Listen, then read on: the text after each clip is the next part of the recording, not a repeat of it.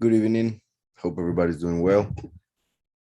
Tonight we're going to continue with the book of Hanok, the book of Enoch. Chapter 76 starts with verse 1, which says, "The Orient is called the Eastern because it is the first." This is something that we have spoke about several times, how in Hebrew, the word for east is also used or has the root, as we can see there with the parentheses, of the word beginning, origin, or first. So everything begins with the east. That's why Mashiach came from the east. That's why the sun comes from the east and begins the day. And therefore, the west represents the end. So the Orient is called the Eastern, which in Hebrew would be Kadim, because it is the first. In Hebrew, Kedem. So the south is called midday because the greatness dwells there, and in him resides the Blessed One forever. So, as I just said, the east represents the beginning and also represents the front, for one begins at the front and ends at the back. So that's why the front is the beginning, the back is the end, and that is also represented by what we see in Exodus 33, when Moshe asks to see the honor of Yahweh after asking for Yahweh to show him the way.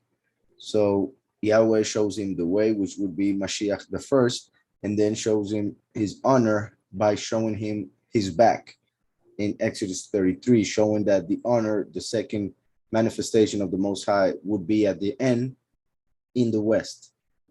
So just like front and back, beginning and end are east and west, south is the right and north is the left. So that's why we see here the south is called midday because the greatness dwells there, and in him resides the Blessed One forever. That's why I have mentioned how scripture says that evil comes from the north, also that the blessing comes from the south. For left represents evil and the right represents justice. So the south is called midday because the greatness dwells there, and in him resides the Blessed One forever. So as I was saying, right and left, south and north. We also read in Isaiah 14 how Lucifer wanted to go and sit next to the throne of Yahweh, and he mentions the north. And obviously, the left is the side of the south. So we see here that he resides, the Blessed One, there in the south forever. So in Isaiah, we read that Lucifer wanted to go and sit at the side of the Most High on the north,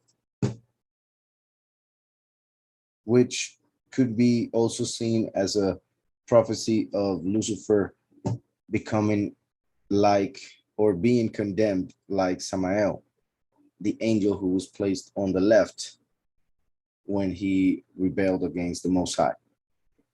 So, verse 3, the west has a name of diminution, or, well, I don't know why they would put it like that, kind of, because it's Yam, as you can see here, and that is the sea. So as I had said, there's a lot of land on the east part of the world, but not as much on the west side of the world. So that's why there's more water, the oceans. So the west, one of the names given to the west is Yam, the sea, because there are all the luminaries of heaven, because there all the luminaries of heaven are diminished and descend.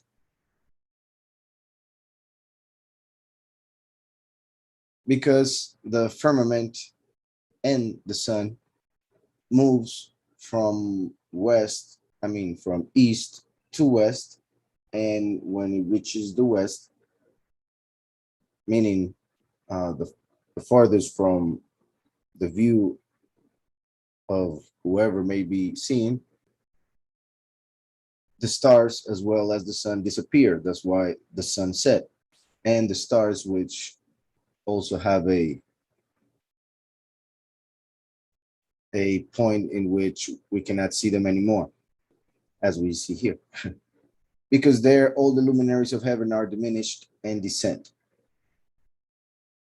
And well, that's why they would have translated Yam, which they write it here as basin, and how they diminished, connected with that word, according to the translation at least. So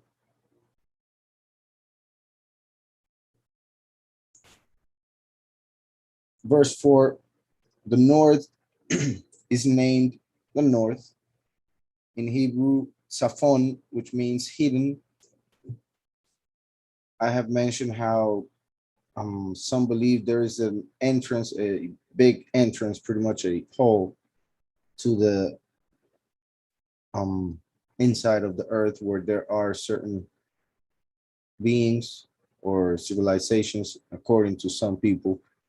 And there are some stories regarding a mountain inside there that, well, there were a couple people who got lost at sea, ended up inside the earth, going through pretty much that hole, and met some people who told them that there was, well, they asked about a mountain that looked really nice, but it was inhabited. Um, well, there was actually no people there, so the the people whom they found were asked why the mountain so nice and there was nobody over there, while obviously there was people inside, yet nobody living on top of the mountain. So when they asked them about that, they said that that was there for certain people that would be chosen at the end of times. And I read that from a story that had nothing to do with scriptures, but I also found another story where it said that some other people found themselves inside of the earth. They got to meet some people that lived there, and they told them that once the gospel of Barnaby came to them within a box, an ark, which was sent through the sea and got all the way to them, and they were able to read it, and that's how they knew about the Messiah, according to another story. And once again, that wasn't necessarily um, connected to anything having to do with scriptures, but they ended up mentioning those couple things. One about a mountain for certain people at the end of times, prepared with nobody living in it or on it. And on the other hand, on another story regarding a gospel that pretty much didn't make it to the Bible, but may have gone all the way to other people who most don't know even exist. And remember that scripture says that every knee shall bow of those who are in the heavens, on the earth, and under the earth. So that gives space to those stories being truthful. So the north is called Saphon. It's called, or means hidden or treasure. So we could say that Yahweh has a treasure hidden in the north, which would be revealed eventually. So the north is named Saphon because in it hide, reunite, and return all the stars of the sky and head towards the east of the skies. Remember, as we saw in the previous study last week regarding how the sun would go from east to west and go towards the north to go back to the east and start over again.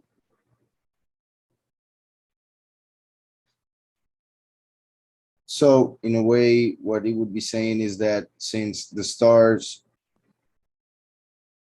diminished when going west by the sea, then the firmament keeps turning towards the north where they would hide,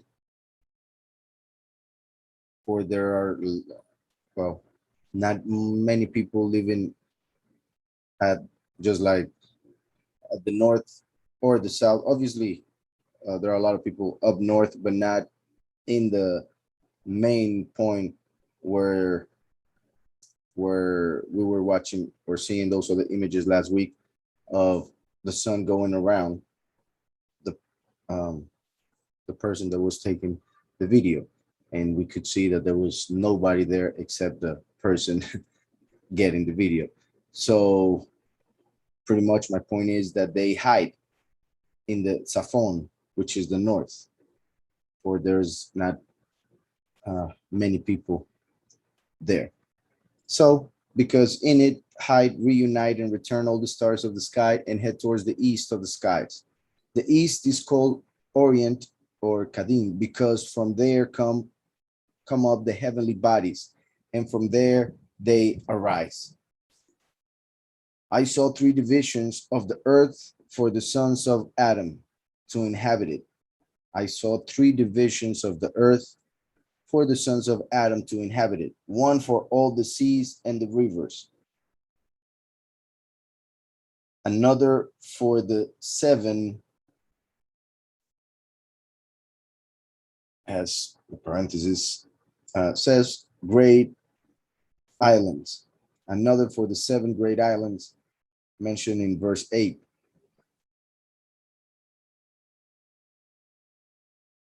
Let me see. The seven here probably refer to the seven major land divisions, islands mentioned at the end of this same chapter.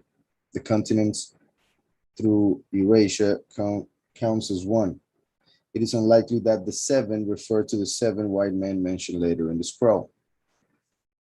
Right? It is talking about places where people can live. So most likely it's talking about land.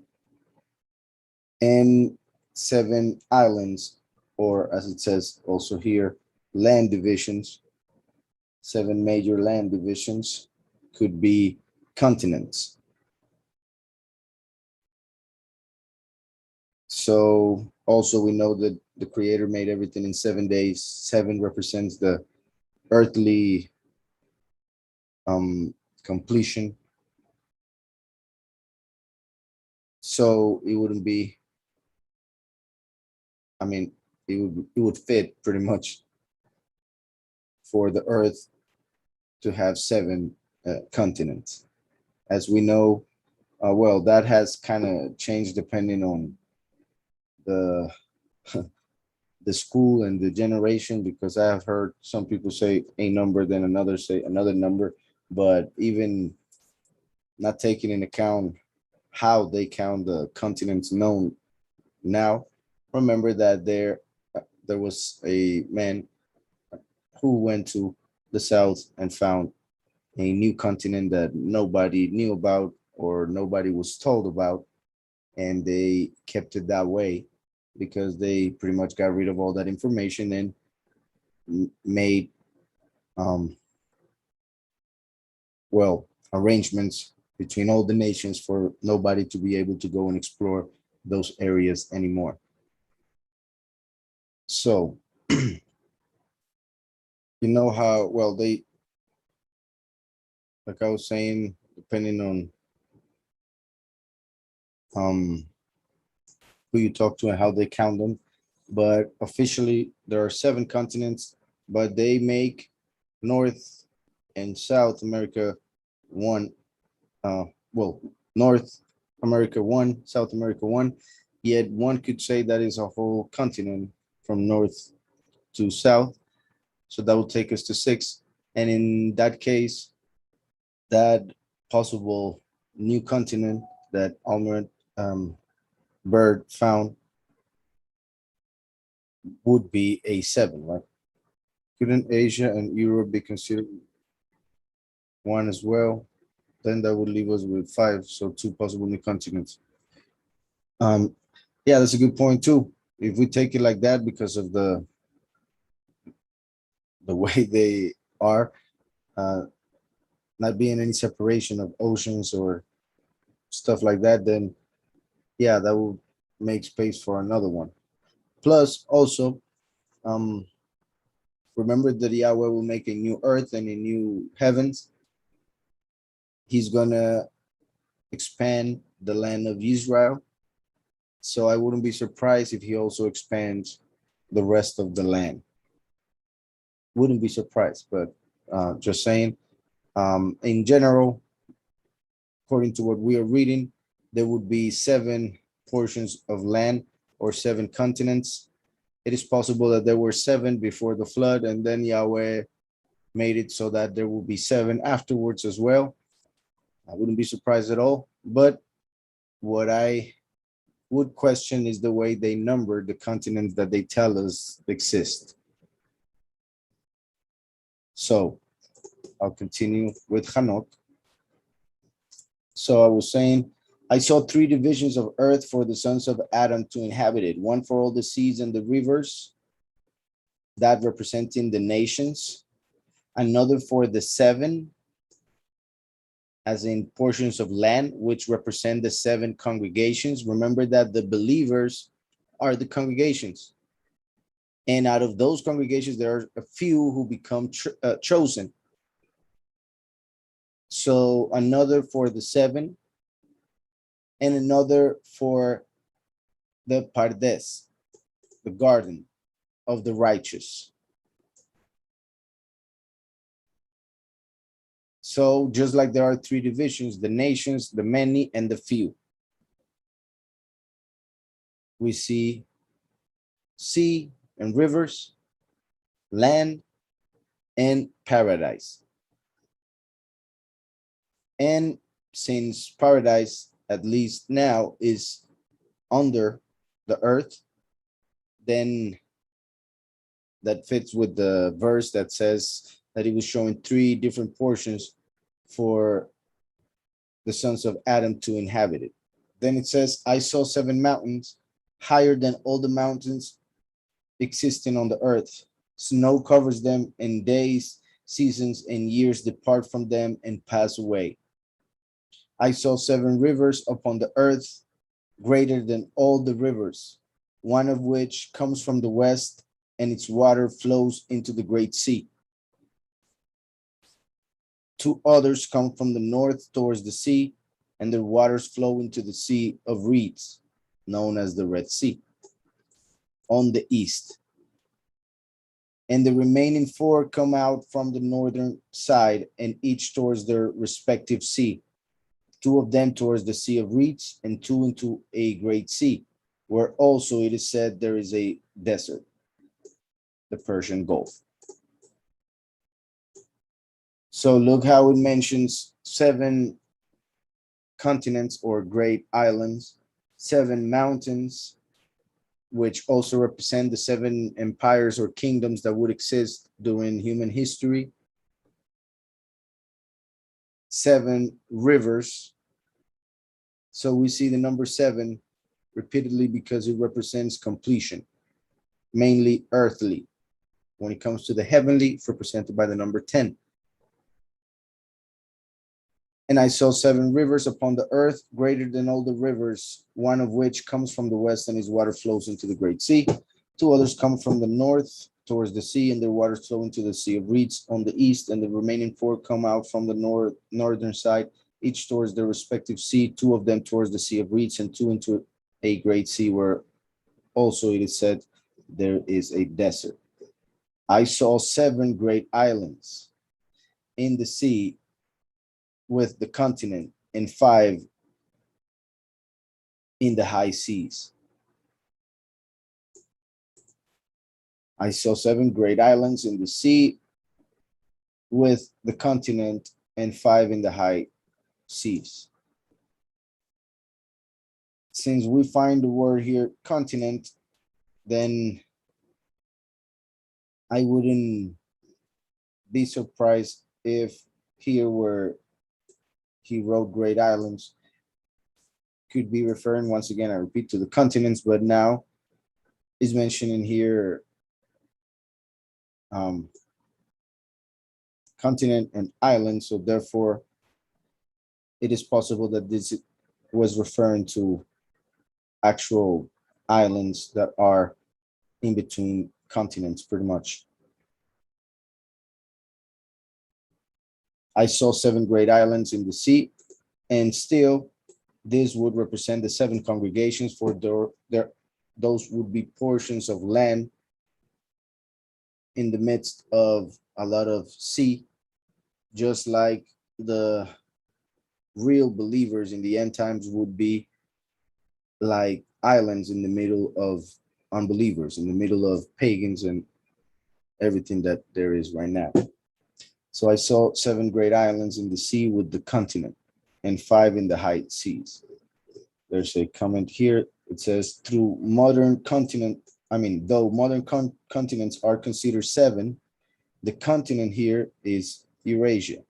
So this and Africa are 2, leaving the other 5 of the high seas to be North America, South America, Antarctica, Australia, and the other may be Greenland.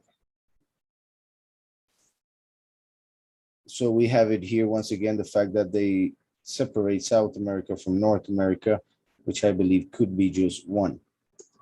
So that would make space for another, well, that other continent that they would be hiding.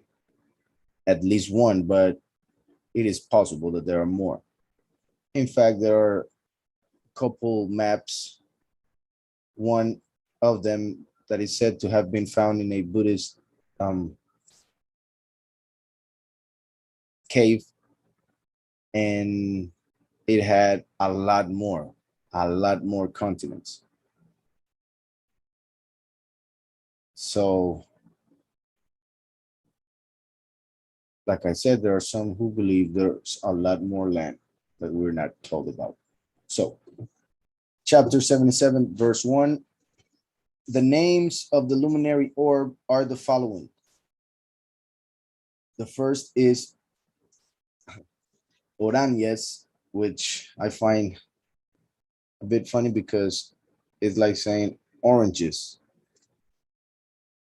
And it does look like an orange. So I wouldn't be surprised if the oranges were given that name because of the sun. As we know, a lot of words from pretty much all languages of nowadays have roots in the Hebrew. So we find one word here or there that has a clear connection with a Hebrew word, not necessarily the exact meaning, but you can find the connection between them. So the names of the luminary orb, the sun, are the following. The first is Oranyes, and the second, Tomas, which means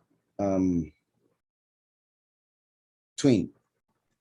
So that would be connected to the sun being a twin originally of the moon, yet the moon wanted to be brighter.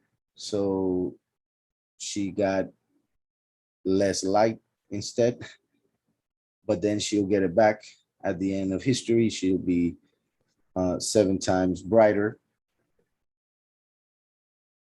So then it says, verse 2, and the moon has 4 names. The first is Asonia, the second Ebela, the third Benaz or Benase, and the fourth Erael. As we know, the sun rises and then sets, so it has 2 names. The moon also does that, but it has a different quality, which is that it grows in light and then diminishes its light. So there is the new moon, then when it's in half, then when it's full, then half again, but the other half, and then new moon again. So there are 4 stages or phases of the moon. So that's why it has 4 names.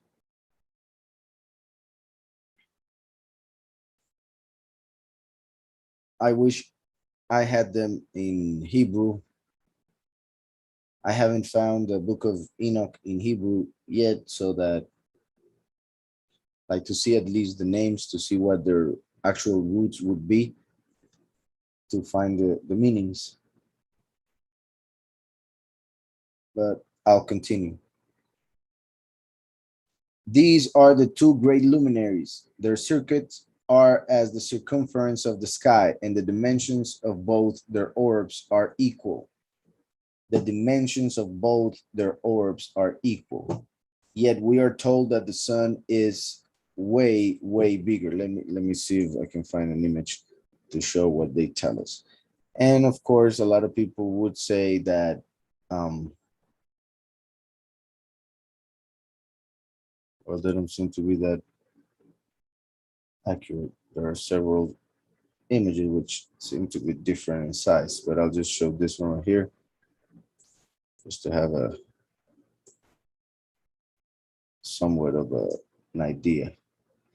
Yeah, I don't think, well, I'm gonna show this one. This is supposed to be the relative size of each of, well, the moon, the sun, and the earth, according to what they tell us. I want to make that clear. According to what they tell us, this would be the difference. You see the moon right in the middle, and then the sun on the right. And that's how they have to do it, because they tell us that the moon is going around the earth, yet the earth is going around the sun.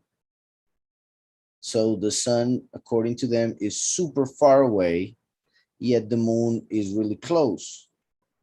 Yet to us, according to them, they look the same size because of just a coincidence. So some people would read this from Hanoch or Enoch and would say that it is just from our perspective that he's talking about. But he's not saying how they look, he's saying how they are. They are the same size, moon and the sun. Yet, I repeat, we were told different because according to them, the moon is really close, the sun is really far, yet coincidentally, they look same size from where we stand. So these are the 2 great luminaries. Their circuits are as the circumference of the sky, and the dimensions of both their orbs are equal. Within the orb of the luminary, there are 7 portions of light that are added to it, more than to the moon. That's what I was mentioning regarding how she was diminished 7 times at the beginning of creation. Therefore, the sun is 7 times brighter. So within the orb of the luminary, there are 7 portions of light that are added to it more than to the moon. And it is transferred to it by full measure until the 7th portion extracted from the luminary orb.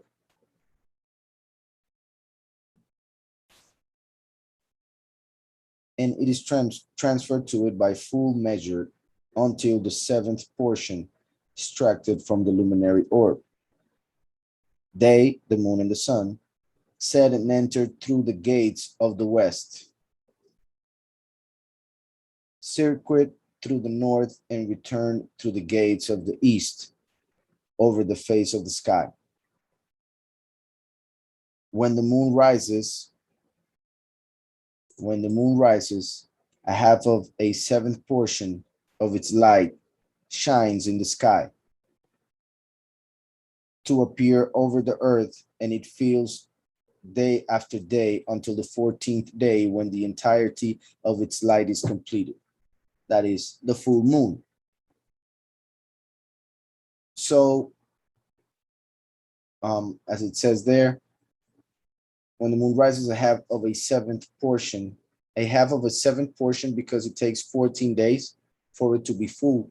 So each day is half of a seventh portion, so that in 14 days it will be full of light. So until the 14th day, when the entirety of its light is completed. Its light grows by 15ths, and it is completed from day to day until the 15th day, in which the entirety of its light is completed according to the signs of the years. Remember that depending on the month, on the lunar month, it could have 30, 29, sometimes even 28 days, the lunar month. So that is why it could happen on the 14th or the 15th, that it would be full, a full moon. The moon waxes and reaches its phases in half sevens. During its waning phase, the moon decreases its light. On the first day, its light decreases a 14th part. On the second day, it decreases a 13th part. On the third day, a 12th part. On the fourth day, an 11th part. On the fifth day, a 10th part. On the sixth day, a 9th part. On the seventh day, it decreases an 8th part. On the eighth day, it decreases a 7th part. On the 9th day, it decreases a 6th part. On the 10th day, it decreases a 5th part. On the 11th day, it decreases a 4th part. On the 12th day, it decreases a 3rd part. On the 13th day, it decreases a 2nd part. On the 14th day, it decreases a half of its 7th part, until on the 15th day, all the remainder of its light disappears. On certain months, the moon has 29 days, and other times 28 days, which is what I was just mentioning. So the month of the moon, I want to make that clear, can have just 28 days. And that's how the sun gets ahead. And at the end of the cycle of the sun of 365, the moon has just reached 355. I mean, the lunar year is 355 or 354. The solar year is 365. So the moon is 10 days late, as we have seen also in previous chapters. So on certain months, the moon has 29 days, and other times 28 days. And Uriel taught me another calculation, having shown me when light is transferred to the moon, and onto which side of it light is shed onto it from the luminary orb. As I have mentioned, the scripture calls both luminaries, so they both give light. However, according to Hanoch, the light from the sun would be transferred to the moon, which is a bit different than being reflecting, although some would take it like that. But if they are luminaries, then light comes from them. They are sources of light. And as I have also mentioned in other studies, they have made some experiments to test the light of the sun and the light of the moon, and they have come to find out that the light of the sun, obviously, as we all know, heats up, yet the light of the moon cools down. So even if the light is being transferred from the main luminary, the sun, to the moon, by going through the moon into the earth, or going coming from the heavens to us, it would be changed by the moon, for it is a different type of light. So the type of light that comes from the sun is different than the light that comes from the moon, even if the light of the moon is transferred to it from the sun. Another thing I wanted to say regarding that, yeah, the sun and the moon are like husband and wife. So it is also like the sun being the head, giving light, understanding, wisdom, knowledge, a cover, protection, etc., to the body, the husband to the wife, given, for instance, the husband was supposed to bring food and clothing and housing for the wife.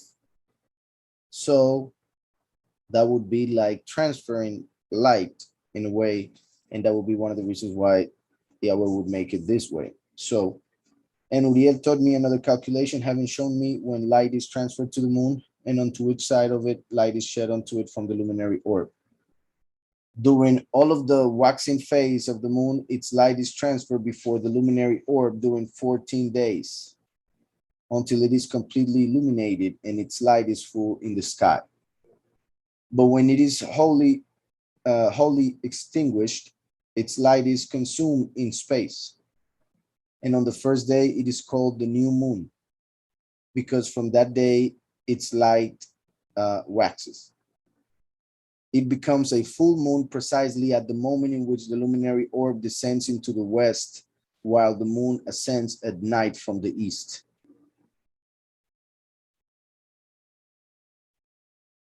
And the moon shines during the entire night until the luminary orb emerges before it, and the moon is observed in front of the luminary orb. And the moon shines during the entire night until the luminary orb emerges before it, and the moon is observed in front of the luminary orb. On the side, I just wanted to mention that, I mean, this part, and the moon is observed in front of the luminary orb, kind of seems to be mentioned in an eclipse, as some believe it happens, because there's another theory regarding how it would happen. But I just find this part interesting, although it doesn't mention anything getting darkened. So it may be speaking in front, as in being ahead in the cycle,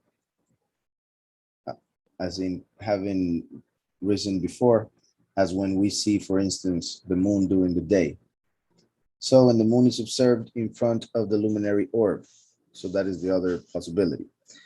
On the side where light comes to the moon,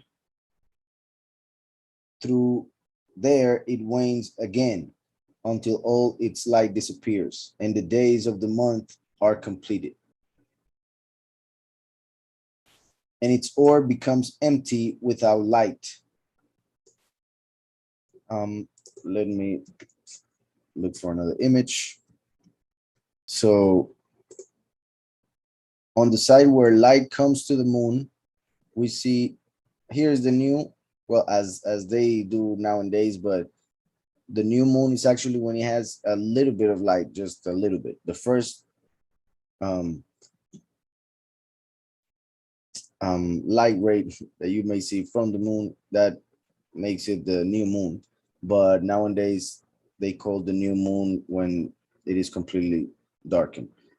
So new moon would be with a little bit of light, but then you see the waxing crescent. In this case, the light coming from the right. Then it's half, then it keeps growing, then it's full. But then the dark comes from the same spot where the light was coming. And it keeps going away until we go to the moon being darkened all the way. So it is as if something was going around, as if the light was going around the moon and disappearing, because where the light comes, then darkness also comes. And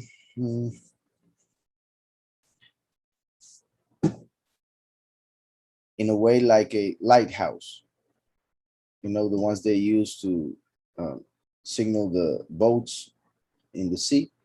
So there's a light inside and glass in front. When you move the light goes from there, and you, like, if you move it all the way around, then all the glass will be darkened until it comes back again. So that is how some explain the way the moon gives its light. So I'll continue with Hanok. And its orb becomes empty without light. For 3 months, it comes out in 30 days. And in its period, it comes out for 3 months of 29 days each, in which it completes its waning in the first period of time and in the first gate for 177 days. And at the time of its emergence, it appears for 3 months of 30 days each. And for 3 months, it appears 29 days each. It appears during the night for 20 days each month. 400 times bigger is what they say, because they say it is 400 times farther than the moon. 78, verse 1. My son, now I have taught you everything, and the law of all the stars of heaven has concluded. He taught me all their laws for all the days, for governing every season, for all the years, and their finalization, for the prescribed rule, for every month and every week, for every 20 days of each month, and the waning of the moon, which begins through the 6th gate, in which its light is completed. Once again, look how that verse says, he taught me all their laws for all the days, for governing every season. Then it mentions month, week, and goes on. But the point is that the season is what begins. The season is the priority. That's why the year begins with the equinox, because that's when the spring equinox, that's when the spring begins. Unlike others who make the months a priority and leave the season on the side. So they move like 1 month or more, well, a lot more sometimes, from the beginning of the season, which obviously is wrong. So then it would say in verse 3, which happens in the first gate of its period, and is completed at 177 days, or counted in weeks, 25 weeks and 2 days. It falls behind exactly 5 days in the course of one period, with respect to the luminary orb and the ordinance of the stars. Now that I read this verse, it reminded me of a different verse that we were looking at several translations, because there was one that was different of the two that I had first. Then I had to look at 2 more, and you guys showed me a couple more. And pretty much most of them agreed on one number, but then there was one that had a different number. And part of it was because we know that the moon at the end of the year is 10 days late.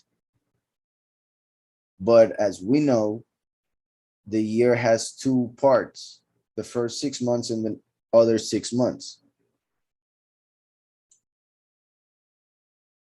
If we look at the 4 seasons of the year as the 4 wives of Yaakov, because remember that the 12 sons of Yaakov are the 12 months. The 4 wives of Yaakov are the 4 seasons, not the hotel. So, so the 4 wives, Leah, Rachel, Bila, and Silpa, would be like the seasons. For instance, those who are close to the equator don't really see that much of a difference between spring and summer. We pretty much have summer and winter, and that's it. Because there's not much difference, but if you go to a little bit to the north or to the south, then you will see a clearer separation between spring, summer, fall, and winter. All right, so Yaakov was in love with Rachel, but he received Leah first. Rachel gave Yaakov Yosef and Benjamin. Yosef is the tribe that is connected with the 7th month. Then, so Rachel, or Rachel, she would represent, well, could be connected with autumn, but like I was saying, summer and winter are pretty much the main seasons. So they would be like Rachel and Leah. And therefore, spring and fall, which are connected to those other important seasons, would be Bila and Silpa, which were servants of Rachel and Leah.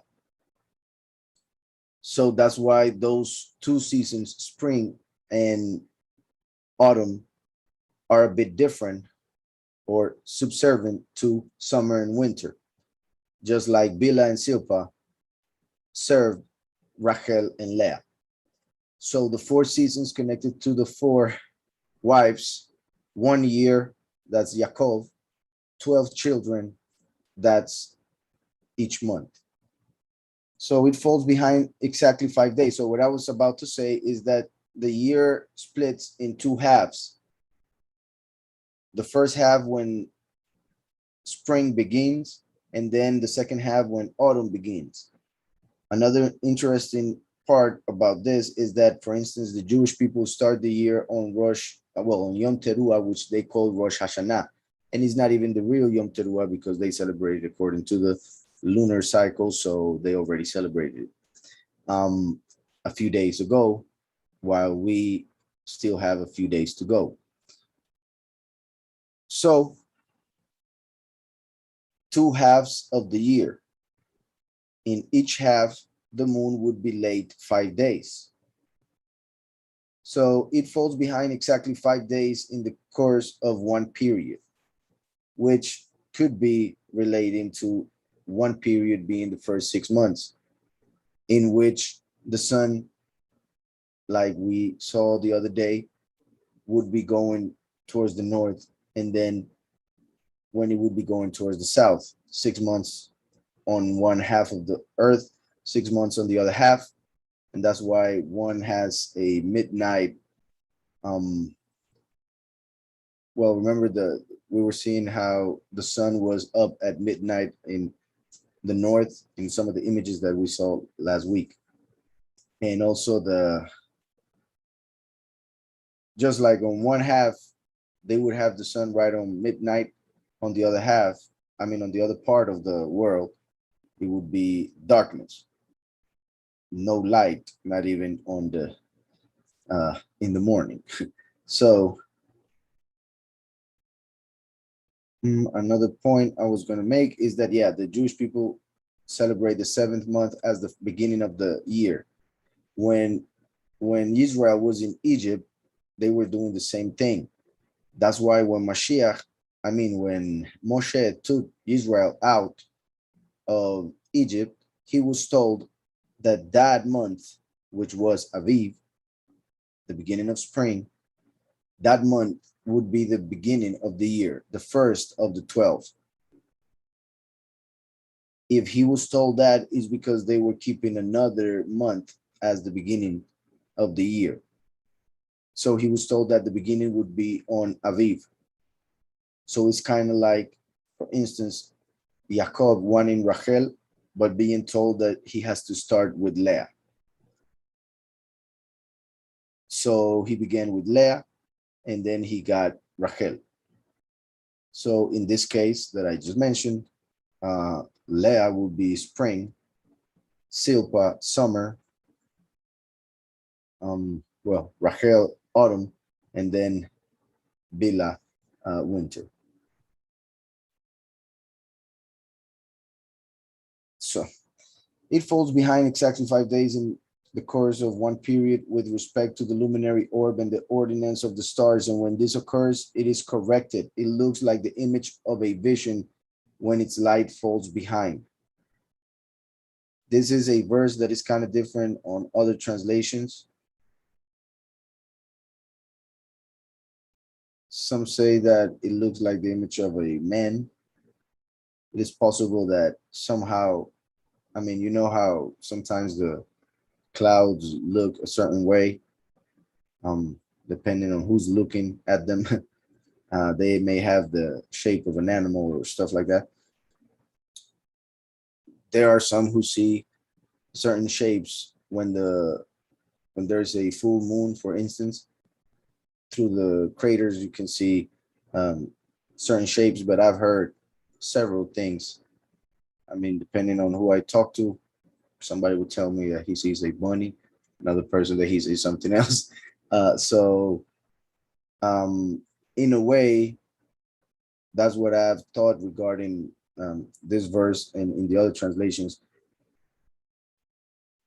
on how it mentions that it looks like a man. But in this case, they didn't put that word. It just says it looks like the image of a vision when its light falls behind. With this translation, and I'm going to go and check another one just to make sure this is the verse I'm talking about. It looks like the image of a vision when its light falls behind. Like when Yahweh gives a person a vision or a dream, we could even say those are type of visions, that they just pass away after the vision is over, pretty much, or when the dream is over, everything that you just lived in the dream went away, and you even forget it in a matter of minutes. So we could say it may be meaning how when the light falls behind, it is like the image of a vision that just goes away. And yeah, well, I said I was going to check this verse, so let me do it real quick in a different translation. And how it falls behind the sun according to the law of the stars by exactly 5 days in one period of time. So like I was saying, one period of time would be the 6 months, the first 6 months, which is the first half of the year, the first period of time of the cycle of the sun over the earth, in which the moon would be 5 days behind, for it is 10 days behind at the end of the year.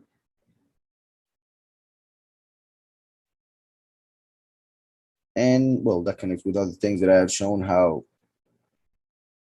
the earth is the footstool of Yahweh, and the sun kind of goes around what would be 1 foot during 6 months, and then around the other foot what would be the other 6 months. I mentioned that because I made an image, and hopefully I think I have shown it to you guys. So, and how it falls behind the sun according to the law of the stars by exactly 5 days in one period of time when it has completed the pathway you have seen. Well, imagine this is completely different. When it has completed the pathway you have seen. So this seems actually very clear. This one says it looks like the image of a vision when its light falls behind.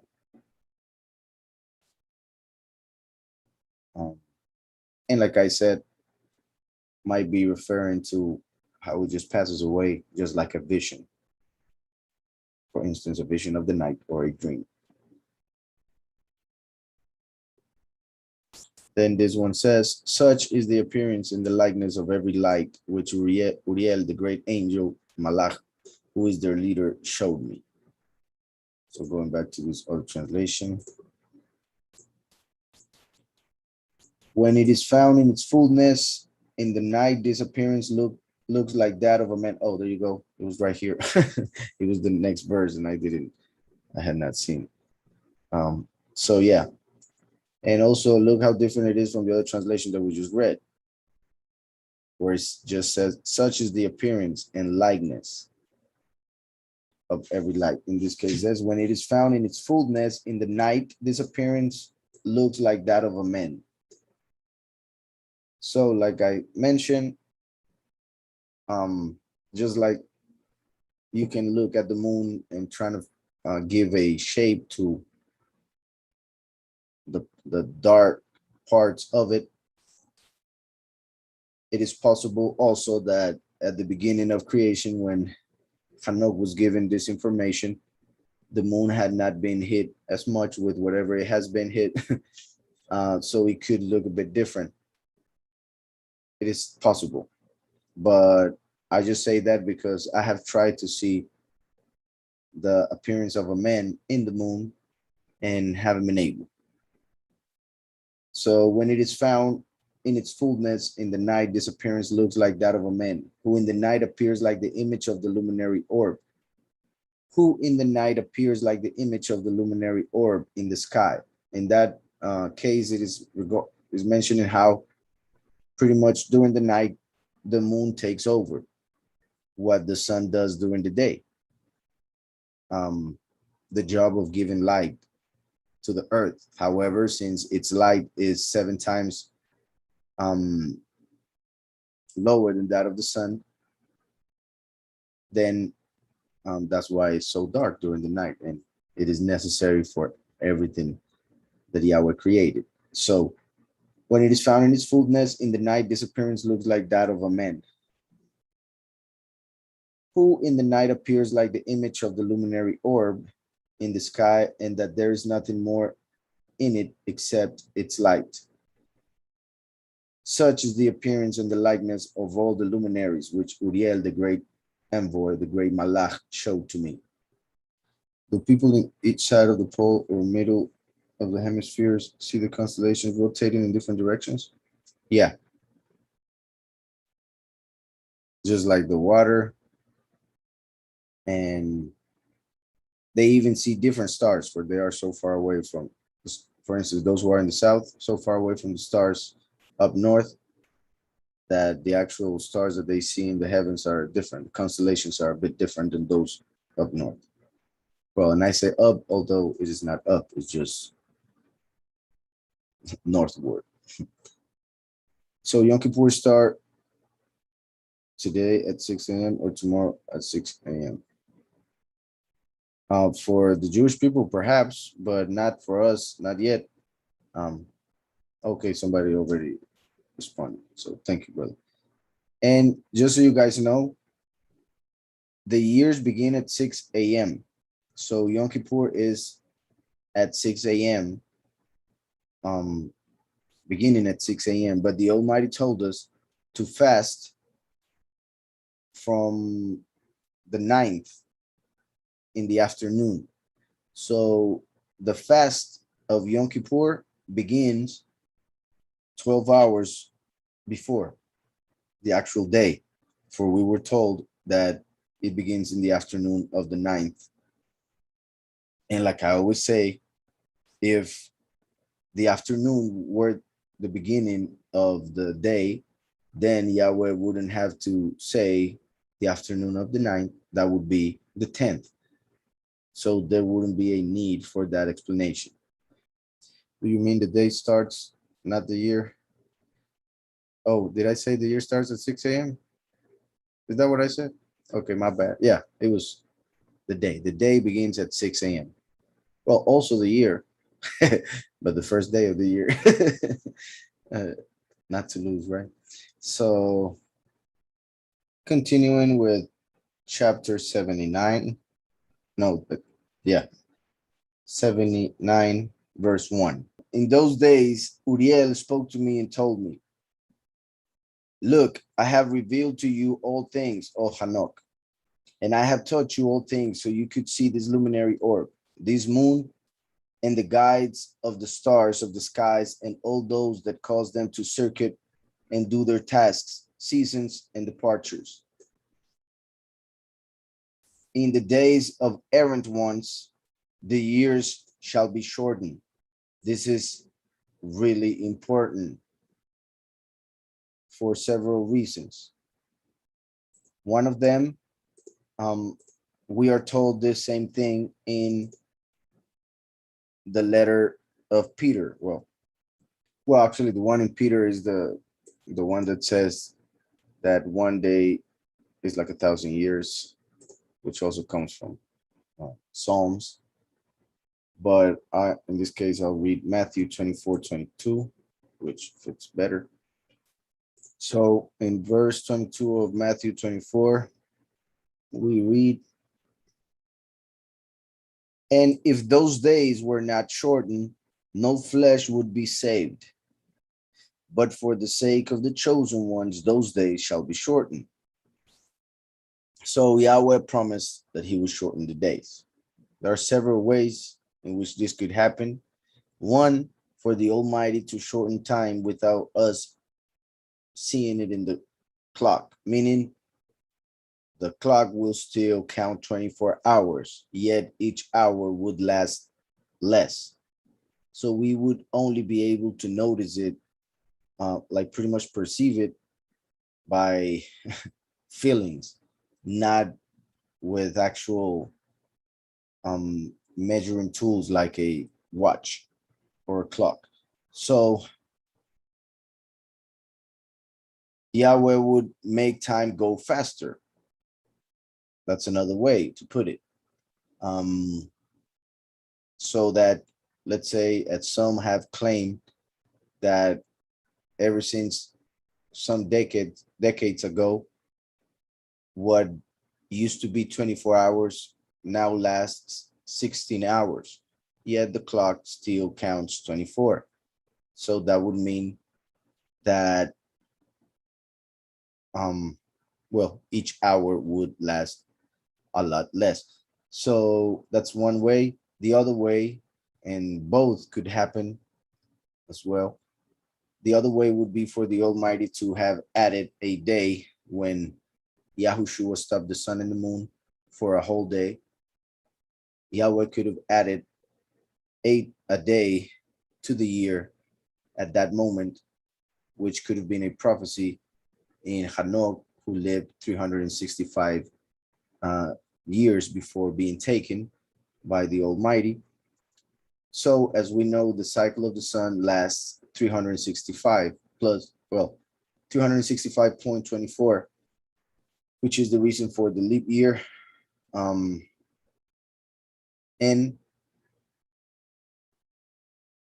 also remember that in the time of Chizkiyahu the king, Isaiah, by, with the permission of the Almighty, made the sun go back 10 degrees to confirm what Chizkiyahu was being told. So when the sun and the moon stopped by Joshua, a whole day, the stars would have continued, because it is not, we're not told that the stars also stopped. And then when we are told that the sun went back 10 degrees, it doesn't say that the moon did so as well. So pretty much Yahweh would have readjusted the clock, which we could see in the heavens, the sun as the um, needle for the hour, the moon as the needle for the um, minute, and the stars as the needle for the seconds. So Yahweh readjusted the time by readjusting the cycle of the sun, the moon, the stars, so that the end would come sooner.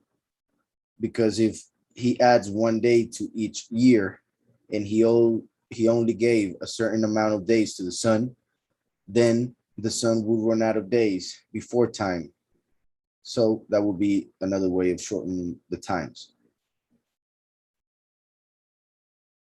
So, and if those days were not shortened, no flesh would be saved, but for the sake of the chosen ones, those days shall be shortened. Now let me go back to Hanok. Not sure I understood this part. Days are year for us, but the compression of time is pretty much kind of what I was explaining, a couple ways in which he could have compressed time. But if I didn't understand what you were asking, please just perhaps write it again. Also, by saying the days of the errant ones is referring to the worst generation of all, which according to Daniel 12 is the one of the end. Therefore, ours, according to the signs already being fulfilled, like Mashiach told us in Matthew 24, Mark 13, Luke 17. So we are in those days, and Yahweh said he will shorten those days. In fact, some would say that that verse that we just read from Matthew, Mashiach would have taken that information from Hanoch. And I repeat, some claim, obviously Mashiach can just receive any of that information directly from the Ruach, but that's one of the verses that some take as being a quote from the book of Hanoch, and therefore a confirmation that it should be read. Here it says, like the movie Inception, where time goes by slower in each level of dream, but the feeling didn't change, felt like real time at every level. Yeah, that is an interesting movie. I have mentioned that movie as an example of time experienced in this reality compared to in heaven. So to us, 1,000 years is what everybody knows is 1,000 years. But if we were to go to the second heaven where the angels are, those 1,000 years would be felt like a day. They would be a day. That's why 1,000 years is like a day to the Almighty. Because in reality, if we go all the way to the third heaven, there is no time. So we cannot compare any time to eternity,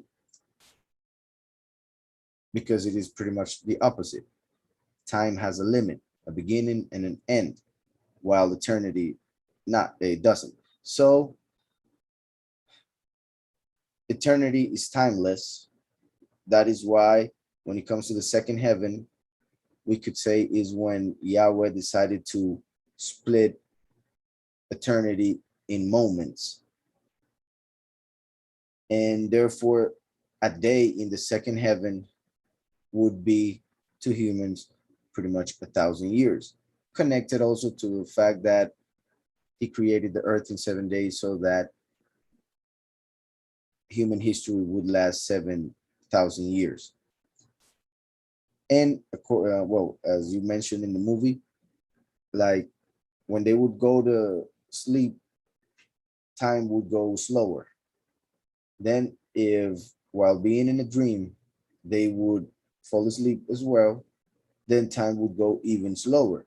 And then if they would fall asleep once again, time would go even slower, and they could last months or years in a dream that only lasted seconds on the highest level, pretty much where the person was in reality asleep. So pretty much that's kind of how it happens. Going to lower levels of reality, time becomes slower and slower and slower. And in a way, if time is speeding up, as some of us feel, or I think most, that could mean that this reality is being elevated. Because if time is slow, the lower you are in reality, then the higher you get in reality, the faster time goes. And that also kind of goes together with a bunch of other things of prophecy for the end times, as for instance, the transformation of our bodies to be able to exist in the new reality that Yahweh is preparing. Yeah, it is an interesting movie in case anybody wants to see it. I use a couple of clips from it from it for the video Prison, I believe. But I may be wrong if that's the video. I don't remember. Just saying how it confirms what the scriptures say, that for the angels a day is like 1,000. Yeah, exactly, bro. Yeah, in Sheol is like the opposite of eternity. Is like it just doesn't move at all. They like time cannot be measured there, because they are as if, you know how death is like being asleep, as according to what we read in scriptures. So just like when you're dreaming, you don't have any idea of how time, like how much time is going in real life. The same would go for Sheol. In fact, if you look at a clock or a watch during a dream, you won't be able to tell the time. And that is one of the ways in which you can realize you are in a dream. So you can kind of train yourself to look at the watch when you feel something is different or weird.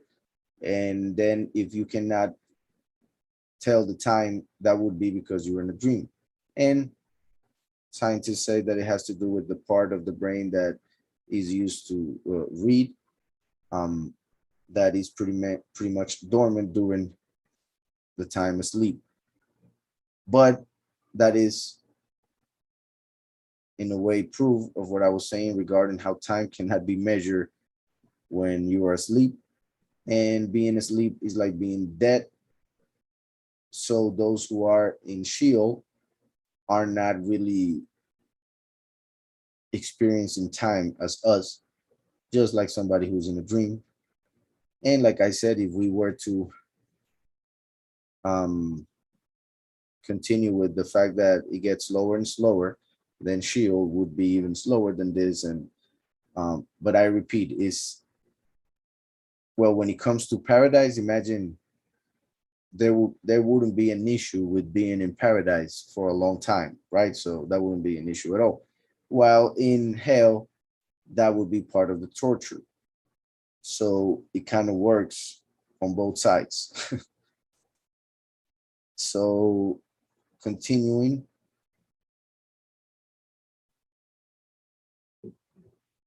could you sleep in a dream?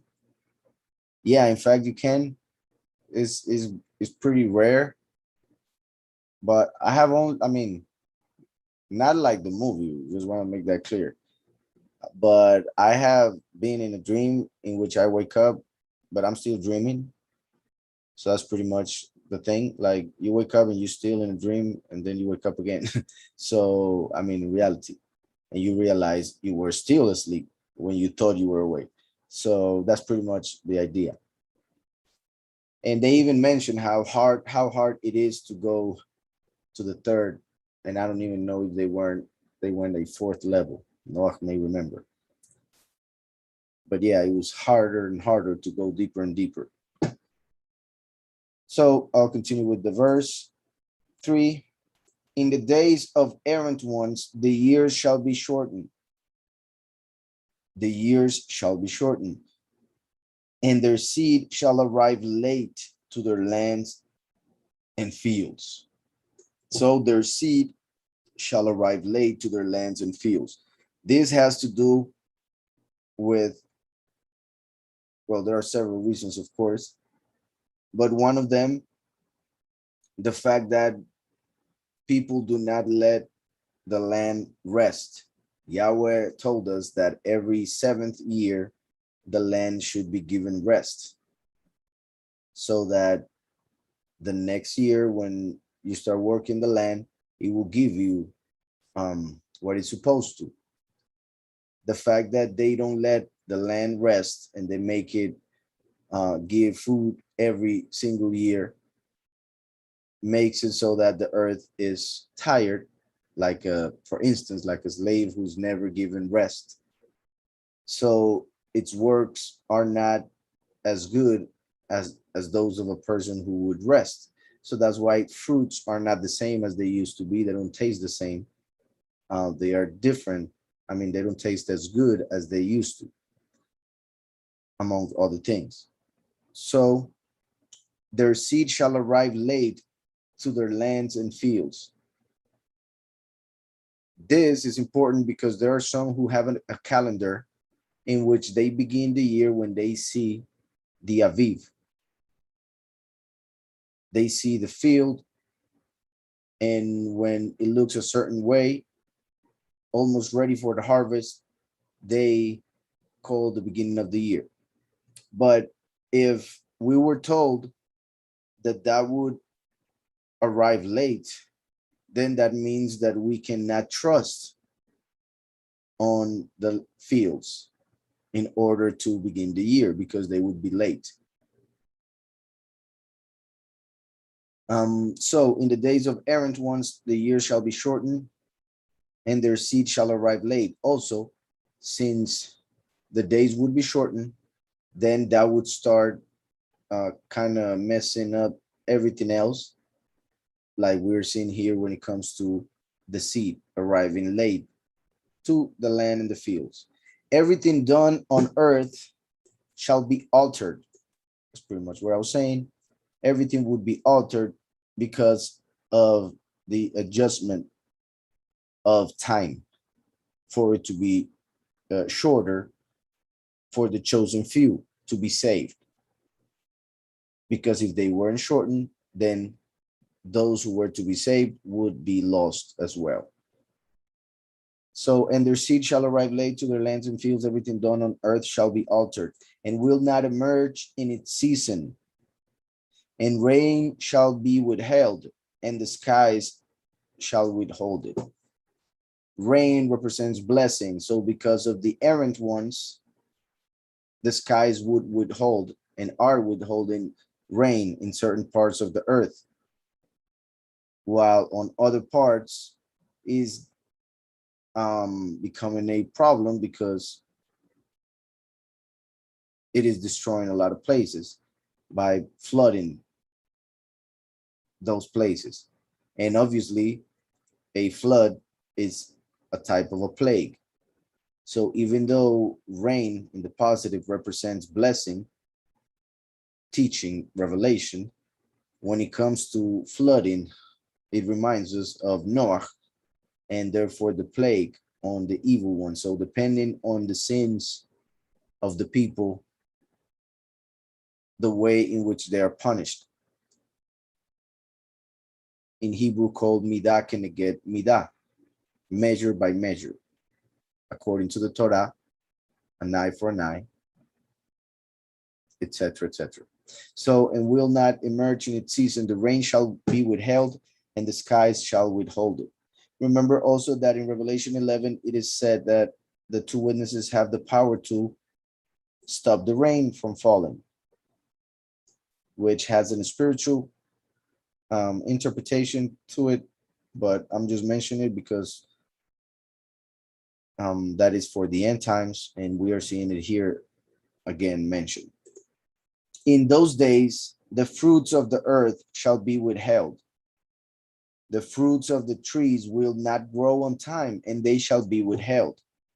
So that's why trees are not given as much fruit as they used to. And when they do, it is not as good as back in the day. And when I say back in the day, I'm talking about when I was a child, which, although I'm a bit well, I don't know, old a little bit, is not much time if we compare it to 100, 200, 300, 1,000, 2,000 years. So if fruits were a lot better 30, 40 years ago, I cannot imagine how good they were in the time of Adam. So not only were they huge, they were really tasteful. So in those days, the fruits of the earth shall be withheld. The fruits of the trees will not grow on time, and they shall be withheld. They shall alter the ordinance of the month. Look how this translator is putting here the moon. Let me go and see here verse 6 in the other translation that I have in front of me. Well, in this one, yeah, I think it's the same one as verse 4. It says, and the moon will change its customary practice and will not appear at its proper time. So we have the moon on both translations, yet here we have it in a parenthesis. The other one doesn't have the moon in the parenthesis, is just part of the text. So that would mean that there are a couple, as we know, there are a couple writings of the Book of Enoch. And in one, the word moon appears there, the other one doesn't have it, but it is understood that it is referring to the moon, to the context. Now, they shall alter the ordinance of the months, so the moon will not appear at its proper period. So we read that the land, the fields wouldn't be ready for harvest on time. So we shouldn't take the field as the confirmation to begin the year, as some do. On the other hand, the moon would alter its ordinance and would not appear at its proper period. So if the moon would be altered, then why would people follow the moon as the one to tell them the time, if Yahweh himself said that it would be altered? This is showing that the moon is not trustworthy when it comes to counting time, because in the end times, it would not appear at its proper period. And that is part of what we were seeing in one of the previous studies. I think it was last week when I showed in Stellarium. Remember that Hanoch said about the beginning of the year, the sun and the moon rising together and then setting together. But now they don't do that every year. It's pretty much like every 7 years around that it happens. So it keeps happening, but not as regular as it used to in the time of Hanoch. And that is because of this that we are reading here. They shall alter the ordinance of the month, so the moon will not appear at its proper period. So the moon has changed a little bit its cycle compared to how it was in the time of Hanoch. But in those days, the luminary orb shall be observed burning in the sky, extending the barrenness, and it shall take place in the borders of the great vehicle in the west, and it shall shine more than what corresponds to the ordinance of its light. This is important because that's what they are calling climate change, global warming. It is because it is shining more, like a burning in the sky. So look how it was written so many years ago that that would happen, yet they are saying it is humans' fault that the sun is getting hotter. Not the sun, that the earth is getting hotter, but the earth is getting hotter because the sun is getting hotter, which makes even more sense. And like I said, it was prophesied. It is not something new. Yahweh told us a long time ago. And it is not something that happened by accident or because of using certain spray or a car or whatever, even though we should be mindful of the earth in which we live and take care of it, just like one would take care of his house, or should keep everything in order and clean, we should do the same with the earth. So I don't know why they created plastic in the beginning. Like, for instance, they could have made so much or so many different things, even better than plastic, with different materials, some of them which are forbidden by the law, because how it would bring a lot of big companies down.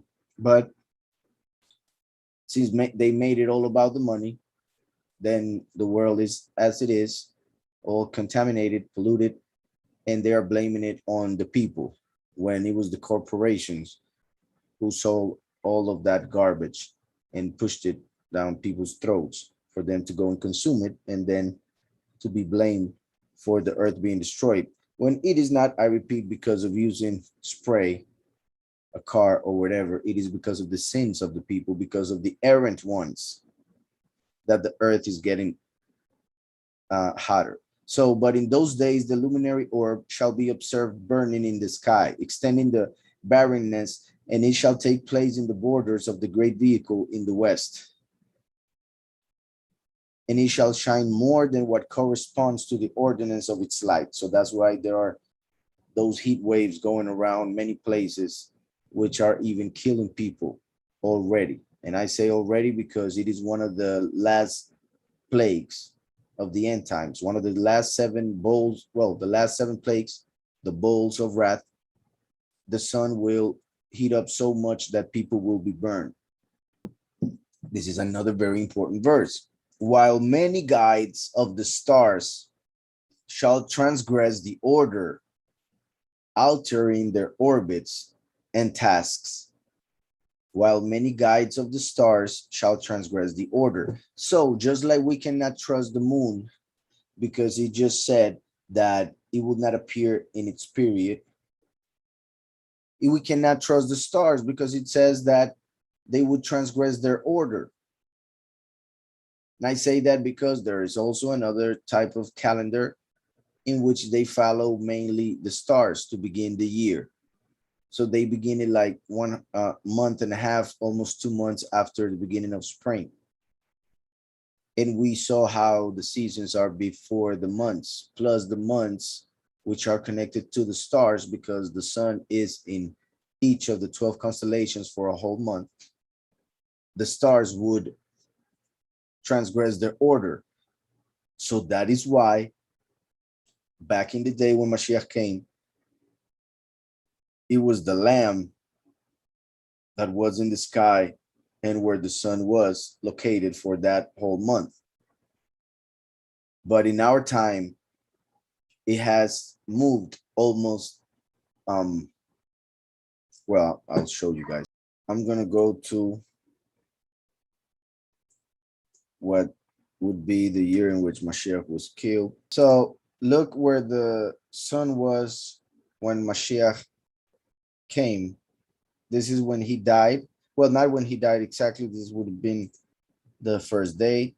So 2, 3, 4, 5, 6, 7, 8, 9, 10, 11, 12, 13, 14, 15.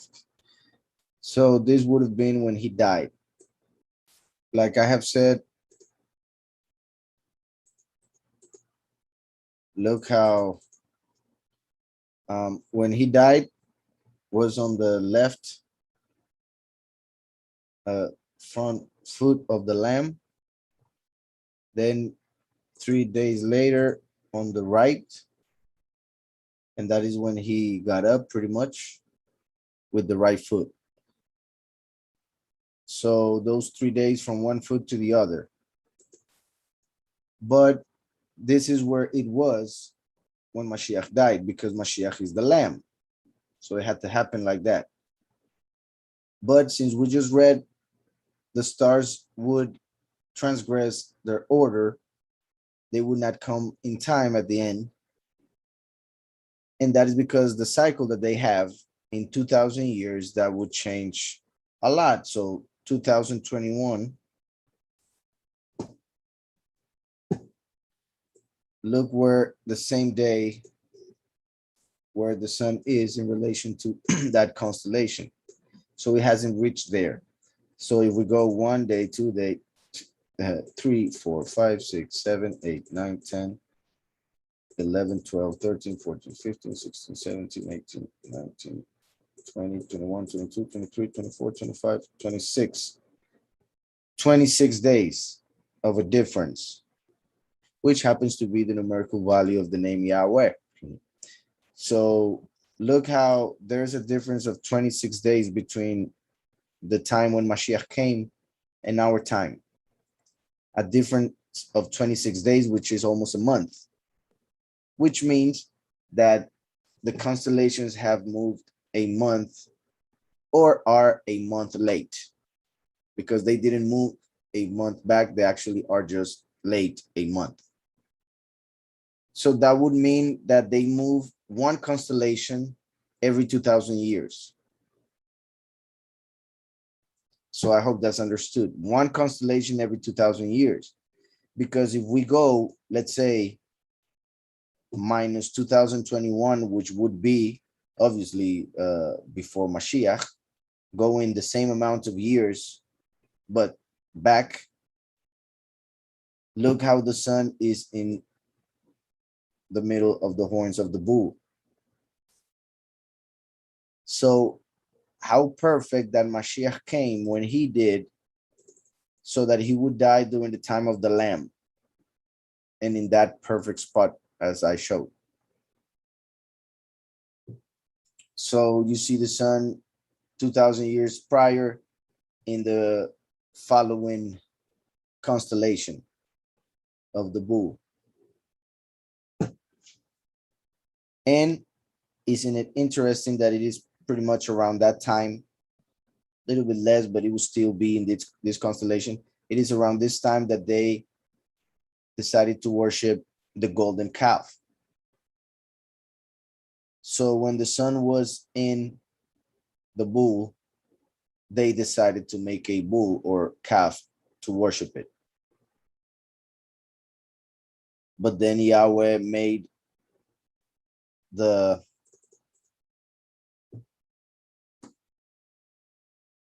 pretty much the change of the golden calf for the lamb. Well, but my bad, because I went all the way. I was like 26 days later. So I didn't change this part the other time. So 21, let me go minus 2021 again. All right. Yeah, but this will be the beginning. Last time. Okay, so this will be the beginning of the year, which is right, well, very close to where it was when Mashiach was killed. But Mashiach was killed on Pesach. So I will have to go pretty much 15 days forward. And you see how there is inside the bull already.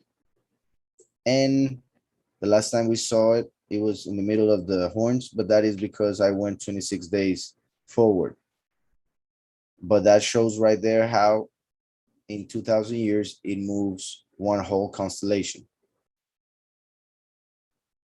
Because the 26 days would take it to the middle of the horns, and it still has 4 or 5 days to go to get out of the horns and enter the constellation of Gemini. So like I was saying, around this time they were worshiping the golden calf, but Yahweh replaced it with Mashiach, who is the lamb. And then 2,000 years later come the two witnesses, like the two fish. And they would begin, in the same time in which Mashiach was killed. And I repeat, and I came to show this because some begin the year in the 5th month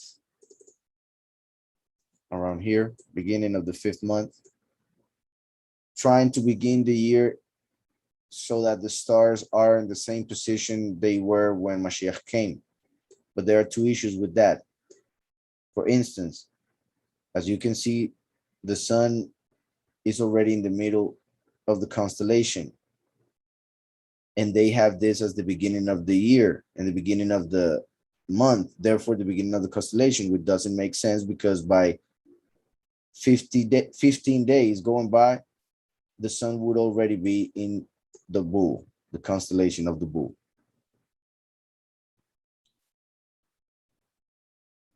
And it doesn't make sense because, like we just read in the book of Hanoch, the stars would be late in the end of times. While many guides of the stars shall transgress the order, altering their orbits and tasks. So they shall not appear at the prescribed moment for them. So we cannot trust the stars. That's why we are in the constellation of the fish or Pisces during the beginning of the year, when 2,000 years ago, the beginning of the year would happen when the constellation of the Lamb would be in the sky. And we are seeing here that this would happen. So we cannot follow only the stars because they wouldn't be appearing at their prescribed moment. I hope that's understood. And I think, like I mentioned while showing Stellarium, that while the sun began the year in the constellation of the bull, that's when Israel went and worshipped a golden bull. Some years later, when the sun entered the constellation of the Lamb, Mashiach the Lamb was killed. And then 2,000 years later, when the two witnesses appear, the year begins when the two fish are in the sky and the sun is in that house or that constellation.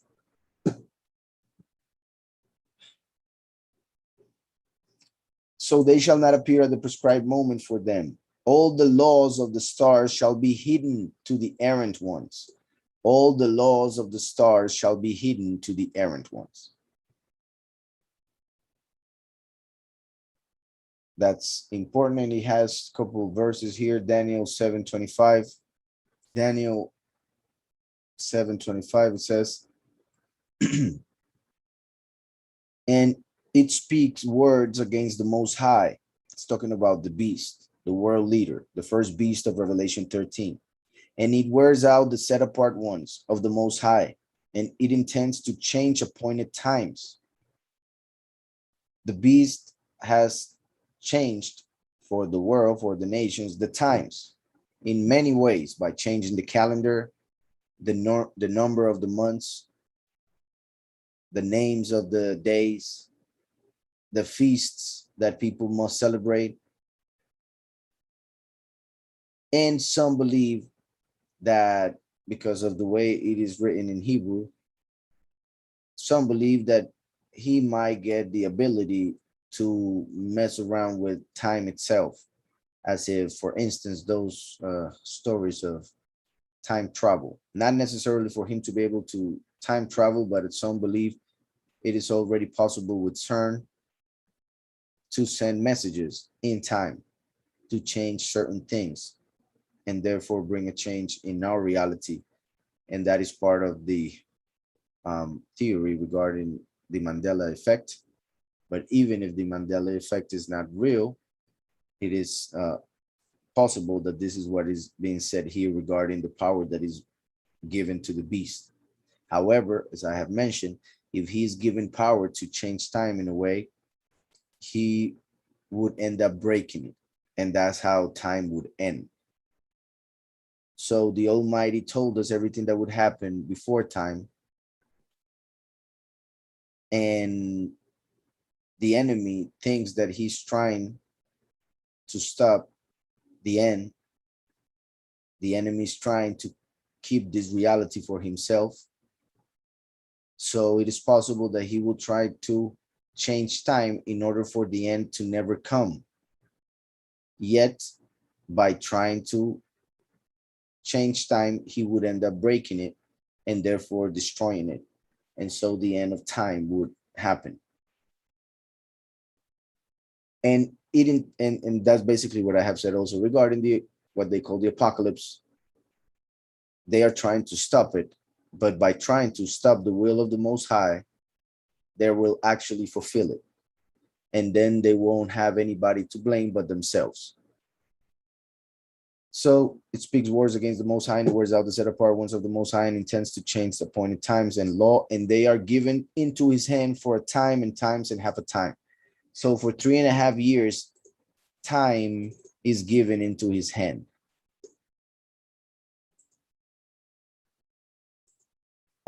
The word here would be moedim, which is translated as appointed times, assemblies, feasts, or festivals is found there. But and like I said, the enemy changed the moedim of Yahweh for the feasts of the pagan beliefs, like Eastern, Christmas, Halloween, etc.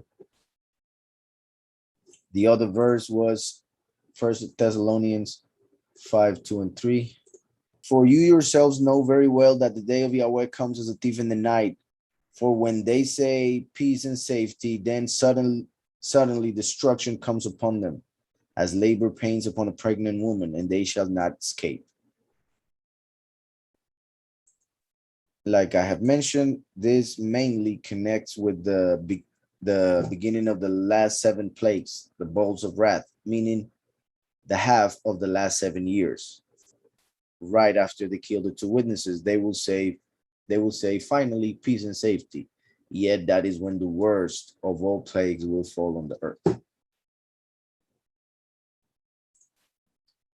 So going back to Hanok, they shall not appear at the prescribed moment for them. All the laws of the stars shall be hidden to the errant ones.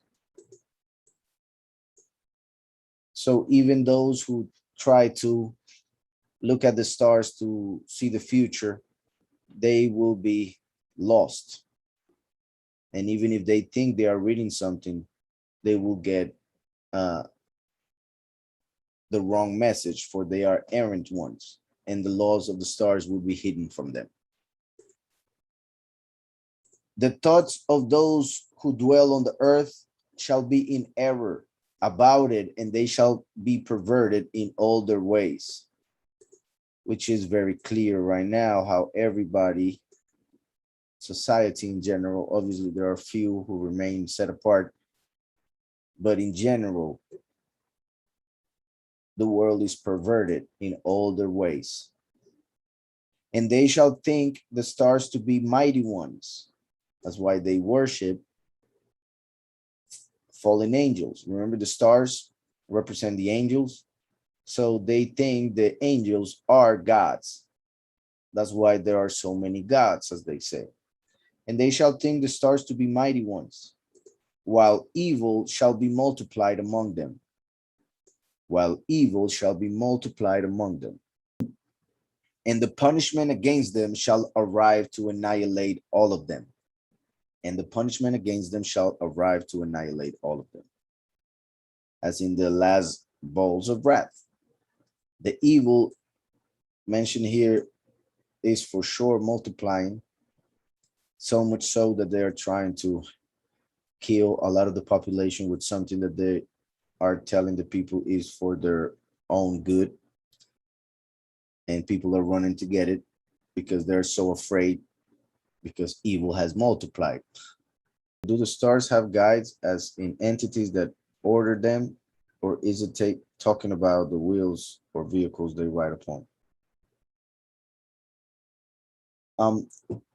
Actually, I think I don't know. Well, some of the following chapters, we will see the names of the angels that are connected to the stars. Well, not all of them, but at least those who are connected to the month and season. So it is not like the angels have to tell the stars each and every day where and how to go about their circuit. It is Well, in Judaism, they say that the stars that we see are the actual physical bodies, meaning the parts within this reality that connect with the malachim, who have spiritual bodies, but they influence this reality through the light that shines from the stars. So, since each star is connected to a malach, then that malach and that power given to it would be the one ordering or moving each of the stars. Plus, yeah, the other interpretation you had is also possible. I mean, both are because of what I mentioned regarding the malachim. But since the stars are in one spot, pretty much stuck in the firmament, as the firmament moves, so do the stars go in a certain trail, or well, leaving a trail, but like you mentioned here, vehicle, perhaps I would say wheel, because of the circles that they are doing above us on the firmament. About 6,000 years before Mashiach. Can we go that far back on Stellarium? Yeah. Well, you said 6,000, but that would be 2,000 before Genesis. I don't know if you mean Adam and Eve, which would be 4,000 before Mashiach. 6,000 would be 2,000 prior. So I will put 4,000 just in case you wanted to see. Well, I said 4,000. My bad. I went to the year 4,000, but I didn't put the minus. So that was weird because it was going ahead. So minus 4,000. There you go. Very close to where it was, minus 2,000. Well, once again, the difference is the 26 days that I went ahead the other time. So let me put 2,000 here. Yeah. Then 0. Then 2,000. So you see how it's moving towards Aquarius. And that's pretty much why the New Agers talk about being in the age of Aquarius, because the sun is pretty much entering that area. So chapter 80, verse 1. He, meaning Uriel, said, Hanok, look at these tablets of heaven and read what is written in it, or on them, I guess, and take note of every bit of information. Hanok, look at these tablets of heaven and read what is written on them, and take note of every bit of information. Then I looked at the heavenly tablets and read all that was written, and I understood it all. I read the scroll of all the works of the sons of Adam. This is important because it could be said that he was given a glimpse of scriptures before they were given to Moshe and the prophets. Also, it could be said that it is a different book that is only in the heavens. But look how it says, the heavenly tablets. Hanok, look at these tablets of heaven and read what is written on them and take note of every bit of information. Then I looked at the heavenly tablets and I read all that was written and I understood it all. I read the scroll of all the works of the sons of Adam.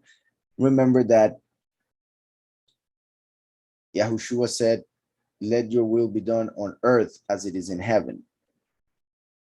Because the will of Yahweh is written in the stars in a different language, but is there. That is why the lamb died while the sun was in the lamb in the sky. And many other things that we see throughout scriptures that are very clear how they connect with the heavens. For instance, well, Leo being the lion of Yahudah, Virgo being Israel, the virgin, the chosen congregation. And well, the bull being the last in the negative sense, the golden calf, and etc., etc., etc., depending on the constellation of all the ones that are in the heavens. So each of the constellations in the heavens shows a part of the plan of Yahweh. If we go to Revelation 6, when it comes to the sixth seal, verse 12, and I looked when he opened the sixth seal, and I saw a great and I saw a great earthquake came to be. And the sun became black as sackcloth and hair, and the moon became as blood. Sackcloth of hair, and the moon became as blood. And the stars of the heaven fell to the earth as a fig tree drops its unripe figs, being shaken by a strong wind. And heaven departed like a scroll being rolled up. Heaven departed like a scroll being rolled up. So the heavens are like a scroll. So they are a book that tells us everything that would happen. For Yahweh wrote everything down in the firmament through the stars. All we got to do is connect the dots. So, and the stars of the heaven fell to the earth as a fig tree. Then verse 14, and heaven departed like a scroll being rolled up, and every mountain and island was moved out of its place.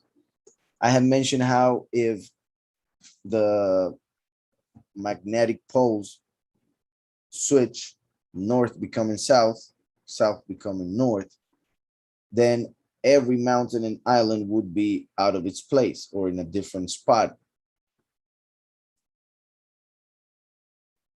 in reference to the four corners of the earth that now would have changed. And if the firmament moves a lot faster than it moves now, the stars would form circles and it would look like a scroll being rolled up. So that may happen during the sixth seal, and that may be what John saw. But spiritually, this means that by that time, since it would be the year 6000, there would be a change of the book, a change of the revelation, a change in the sense that we would be entering the day of Yahweh, the Shabbat. Heaven departed like a scroll being rolled up, and every mountain and island was moved out of its place. So going back to Hanoch, and I looked at the heavenly tablets and read all that was written, and I understood it all. I read the scroll of all the works of the sons of Adam. And also the fact that I just read in the book of Revelation about the heavens rolling like a scroll, being rolled up like a scroll, is pretty much like also saying that time is coming to an end. The story has come to an end, and that's why the book is being closed, or the scroll is being rolled up. So verse 3, and of all the sons of the flesh that are upon earth, even unto the remote generation. So I read the scroll of all the works of the sons of Adam and of all the sons of the flesh that are upon the earth, even unto the remote generations. Immediately I blessed the great sovereign, Yahweh, the King of worth, for all eternity, because he has made all the creatures of the world. And I praised Yahweh for his patience, and I blessed him on behalf of the sons of Adam. At that time, I said, blessed is the man who shall die righteous and good, and against whom no record of unrighteousness has been written, and for whom one is not found on the day of judgment. Blessed is the man who shall die righteous and good. Obviously, those who die, well, the only one who could be being mentioned here in the literal sense would be Yahushua, who never sinned. But then after him dying and resurrecting, all those who believe in him receive righteousness through him. So blessed is the man who shall die righteous and good, and against whom no record of unrighteousness has been written, and for whom one is not found on the day of judgment. Then those three set apart ones carried me and placed me on the earth in front of the gate of my house. And they said unto me, explain everything to Methuselah, your son, and inform all your sons that no flesh is righteous before Yahweh, for he is their creator. We shall leave you 1 year with your son until you give your instructions, so you may instruct your sons. Write for them what you have seen, and that you may testify to all of our sons. Afterwards, during the 2nd year, you shall be separated from them.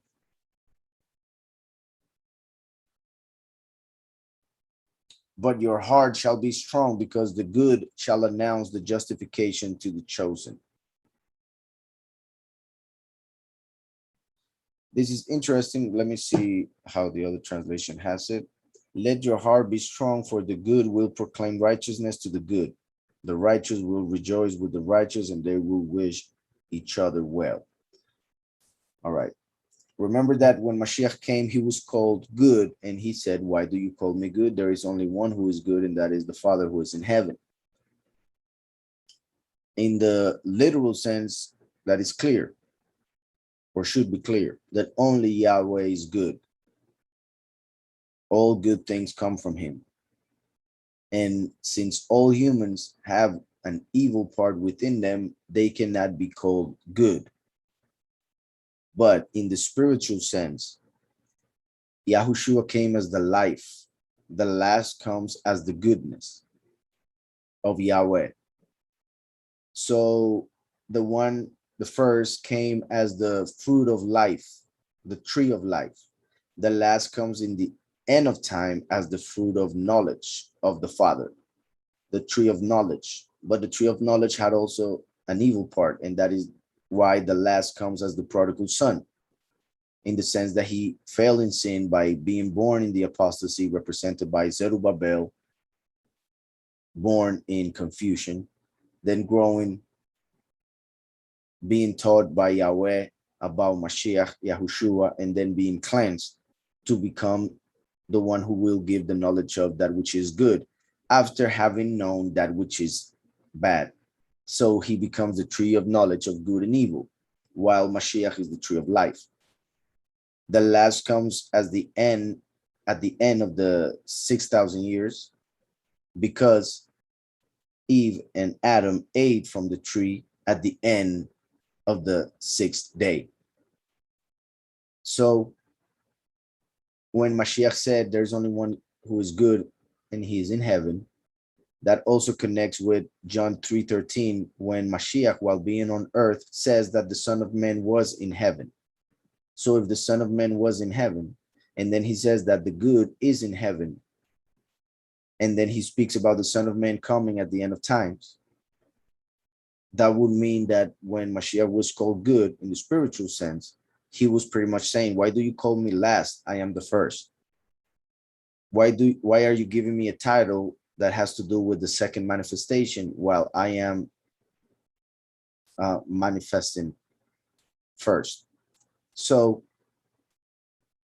I say that because one interpretation for this verse says, but your heart shall be strong, as in have faith, have confidence, because the good, as in the last, shall announce the justification to the chosen, as saying to Noah, don't worry, because you represent a person that will come at the end of times with the title good, Tov in Hebrew, to give the goodness of Yahweh to the chosen, to announce the justification to the chosen. The righteous shall rejoice with the righteous and shall congratulate each other, but the errant ones shall die with the errant ones.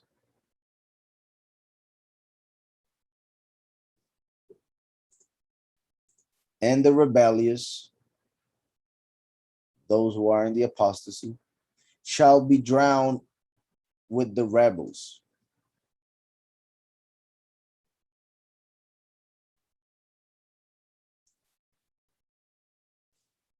Those likewise who act righteously shall die on account of the work of Adam.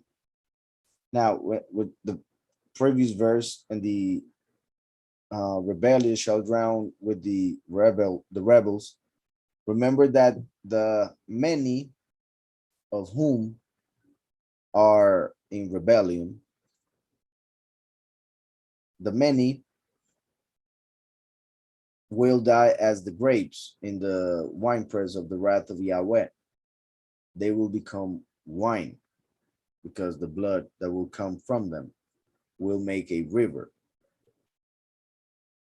But we read that the way that their death is explained in Revelation 12 is through a river that comes out of the serpent, out of the beast. Well, actually, out of the serpent that comes first. Lucifer falls from heaven, Revelation 12. The dragon comes down as the serpent, and from its mouth, a river of water comes out to try and drown the virgin. But Yahweh gives the virgin eagle wings so she's able to flee to her prepared place. But then the earth will swallow the river that came out of the serpent. That river seems to be an army of the beast. That's where the beast enters, who will be sent to kill the chosen. But since the chosen will be transformed and taken during the harvest, during the seventh trumpet to the prepared place, then the ones who will take the attack or be the victims of the attack will be the earth. And like I said, the sea are the nations, the earth are the believers, the trees are the chosen. The chosen is the virgin. So the trees were taken to the prepared place, and the earth took the water, meaning the earth took the attack. So water will drown the rebels, just like water is what kills the many in Revelation 12. But it is a metaphor, right? Just want to make that clear. So, and the rebellious shall drown with the rebels. Those likewise who act righteously shall die on account of the work of Adam, but shall be gathered together on account of the works of the wicked.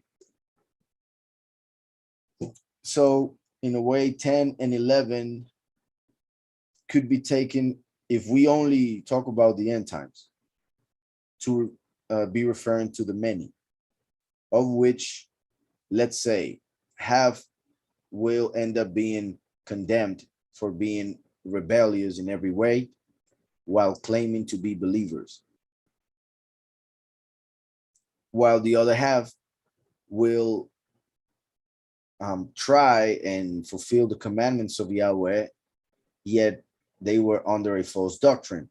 So that's why they would have to die, because of the sin of Adam, meaning the sin that entered through Adam, which came to all of us, and is the reason why death happens. So pretty much is saying that those who act righteously will die only because of that sin within the flesh, and the wages of sin is death. So when the ones who are in the apostasy, false doctrine, yet are believers and are trying to fulfill the commandments of Yahweh, when they are killed, Yahweh will gather them together and resurrect them, because they received righteousness through the belief in the fact that Messiah came and died for their sins and was resurrected by the power of Yahweh, as we read in Romans 10. So those likewise who act righteously shall die on account of the work of Adam, but shall be gathered together on account of the works of the wicked. As we see, when they are killed during the harvest as the grapes, the blood of them is poured into the 7 bowls, and then the 7 bowls of wrath are poured on the earth So that means that because the beast, the enemy, the wicked, killed the righteous, the many, now because of their death, Yahweh will destroy the wicked. And in a way, because of the wicked killing the righteous, Yahweh will resurrect the righteous and give them eternal life. In those days, they finished conversing with me, and I returned to my people, blessing the sovereign of ages.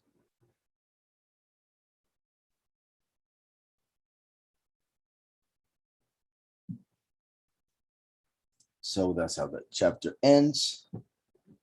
So you guys have the YA on your palms, on your hands. Not sure what you mean, brother.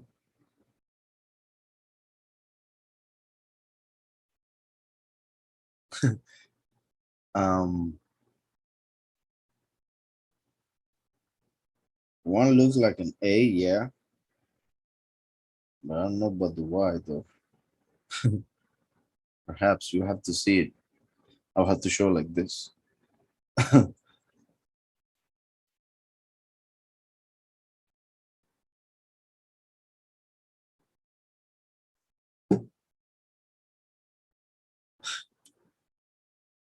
um, I guess Jay's gonna show it, but while he prepares, seems to be comparing Enoch to the prophet like Moshe. The first year, the first half of the 7 years, he will be with his children.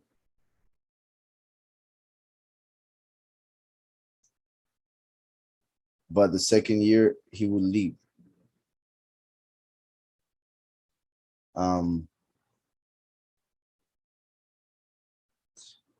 well, yeah, that's perhaps, I mean, if I understood what you were saying, yeah, that may be the case when it comes to the second year of their ministry. Oh, yeah, tell me, Jay.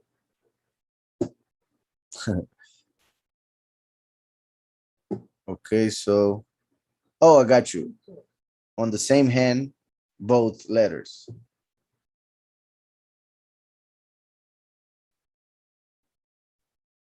I don't know if I have that the same. Now I see the Y as you wrote it, but not the A. But yeah, that's interesting. Um, I saw that also happening on some uh, leaves that create the word Yah, even with the H.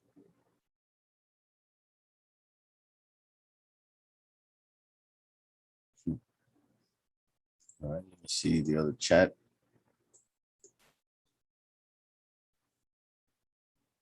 Is Tov Tav Bet? No, is Tet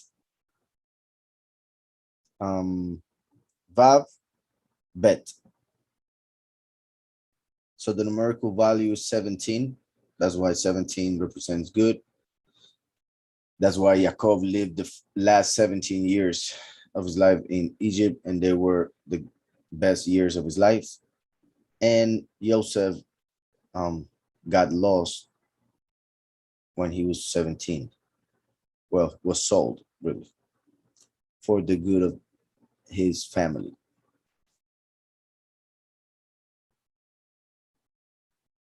If that is the symbology, is huge. Sealed by the last to become the temple of Mashiach. Um, yeah, I feel you, bro. But like I said, the Tav is not there. Is the Tet. However, remember that the in the Hebrew we can switch letters if they are pronounced with the same part of the mouth. So in that case, Tet and Tav can be switched, and therefore we would have that which you just mentioned. But with Tov, with the Tet, um, it would be, well, I guess there are several ways to put it.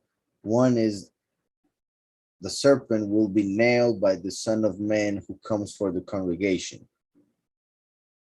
nail as in being destroyed, just like we see in Genesis regarding the prophecy of the seed of the woman crushing the head of the serpent, which was done by Mashiach. Now the serpent will bite the heel of the man, which is by killing the last. That's why the last is like Yaakov, and Yaakov has as the root the word heel. Heel. Now,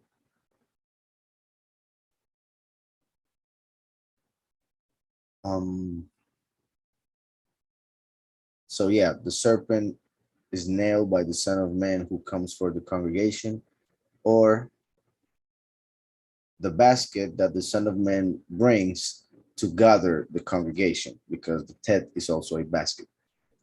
1 verse 1. My son Methuselah, now I am telling you and writing all these things.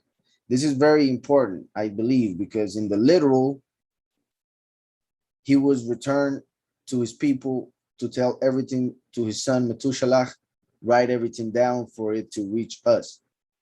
But remember that Hanoch is a representation of the last because of several reasons. And in this case, Hanoch speaking to Methuselah pretty much represents Hanoch speaking to the last, as in the one who would come from him in a way. So Methuselah means with his death, I shall send it. And it referred to the flood. Yahweh said that when Methuselah died, the flood would come. It would happen the same day, but Yahweh gave 7 days extra for them to mourn him.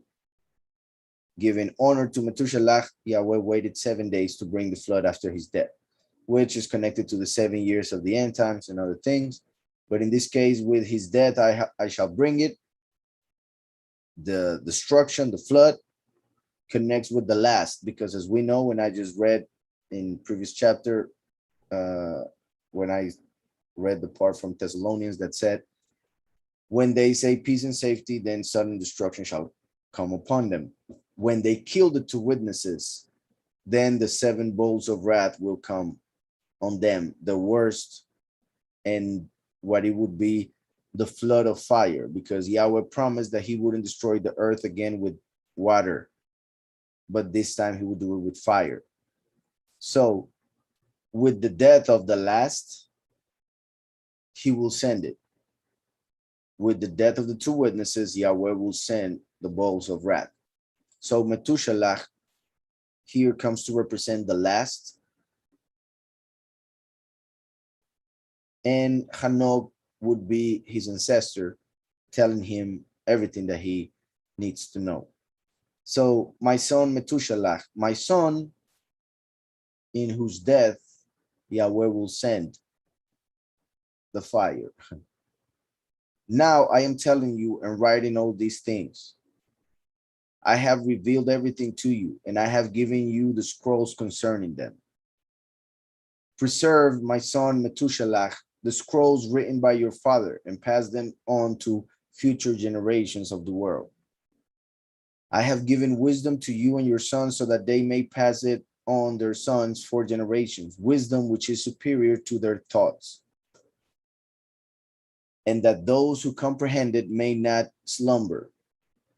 Instead, that they lend their ears so they may learn this wisdom, and for those who eat it, it shall taste better than an exquisite food. As we see in scriptures, that the words of Yahweh are like honey. And for those who eat it, it shall taste better than an exquisite food. Blessed are all the righteous. Blessed are all who walk in the way of righteousness, and who do not err like the errant ones in the calculation of the days. This is important. Blessed are the righteous, blessed are all who walk in the way of righteousness, and who do not err like the errant ones in the calculation of the days. Because when it comes to the errant ones, the day of Yahweh shall come like a thief in the night, when they least expect it. Even the Son of Man who comes like a thief in the night when they least expect it. So a lot of people, because of the change of the calendars, are expecting the end to be farther away in time. When it comes to Jewish people, they took away 210 years, as some claim that will be the number. I have heard other two opinions, but 210 seems to be the strongest opinion. 210 years taken from the calendar of the Jewish people. They just entered the year 5,782. So that would take us to 5,992. So 8 years till the year 6,000. But like we read, Yahweh would shorten the times. So we should expect the end sooner if he would shorten the times. Also, there are some who, for instance, since Mashiach died on the year 30, then 2030 would be 2,000 years after, therefore the year 6,000. But those 2,000 years would be according to the Gregorian calendar of 365 days. So if we make a calculation to see how many years we would have to shorten the time, then that would be, as I have mentioned, pretty much 6 years. And that would take us a lot closer to the year 6,000. So 98 pretty much. And therefore, most people, mainly those who are in the Gregorian calendar, would be lost in time and wouldn't be able to calculate the days. So blessed are the righteous, blessed are all who walk in the way of righteousness and who do not err like the errant ones in the calculation of the days. When the luminary orb circuits in the skies, it enters and emerges from each gate for 30 days, together with the leaders of the 1,000 classes of the stars, adding the 4 days which are intercalated in order to separate the 4 quarters of the year, which guide them and enter with them 4 days. 360 degrees of the circle, 360 days for the sun to complete its cycle, plus 4 periods of 24 hours, meaning 4 days in which it doesn't change degrees. Those 4 days to change the seasons, for there are 4 seasons during the year. Adding 4 days which are intercalated in order to separate the 4 quarters of the year, which guide them and enter with them 4 days. Due to this, men err and do not calculate them in the full calculation of the year. Look how Hanoch started talking about calculating the years, the days, and he started talking about the sun. Not about the moon, but about the sun. Due to the, and also the days, 364 as the days of the year. If the year was a lunar year, then it would last 355 or 385, depending on the year. Due to this, men err and do not calculate them in the full calculation of the year. They are in error and they do not recognize it as they should, because these are included in the calculation of the years, meaning the 4 days are included. So pretty much like some who would have a calendar of 360, so they would not count the 4 days, and that would create an issue, because these are included in the calculation of the years and are truly assigned forever.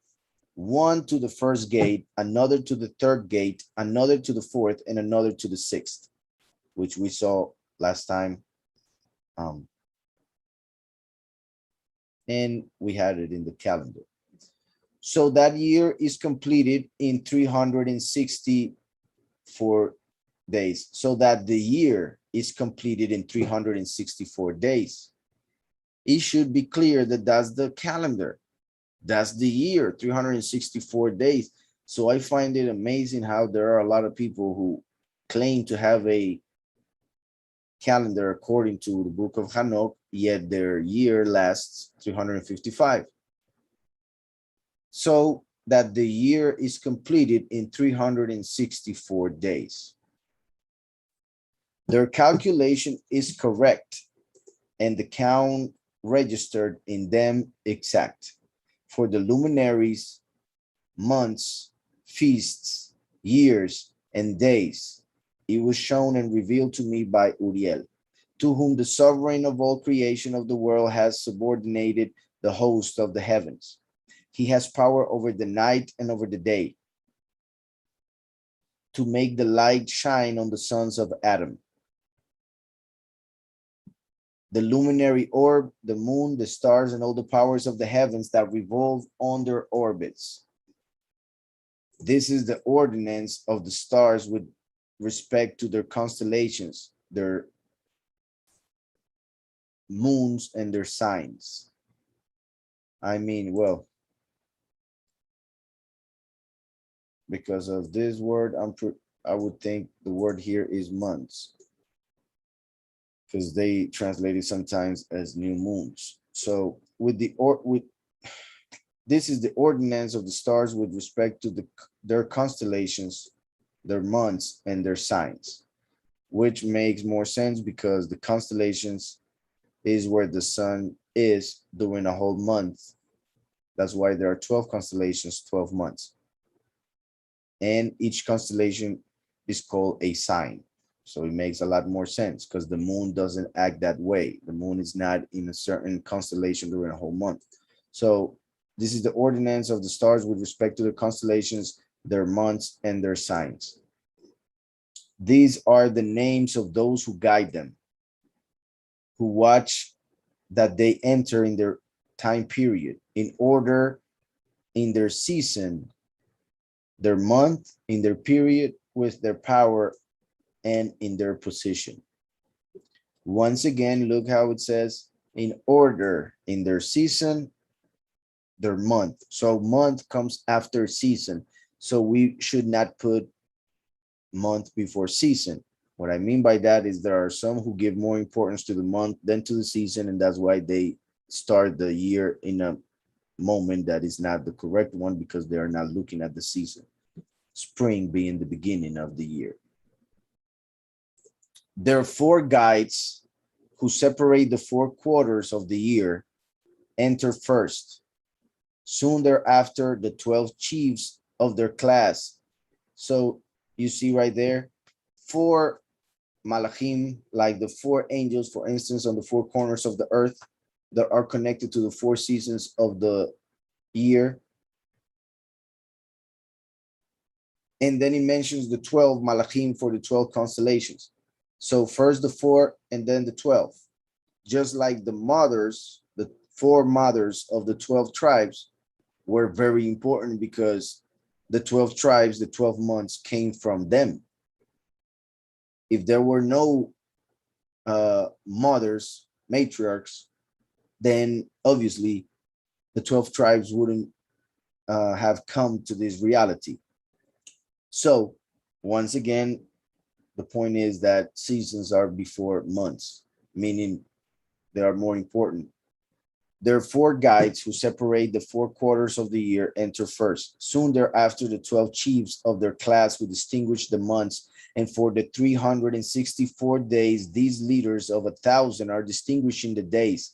Even for the 4 intercalated ones are those who, as guides, divide the 4 quarters of the year. These leaders of 1,000 are intercalated between guide and guide, each after his season. Those which their guides distinguish. These are the names of the guides that separate the 4 quarters of the year that have been fixed.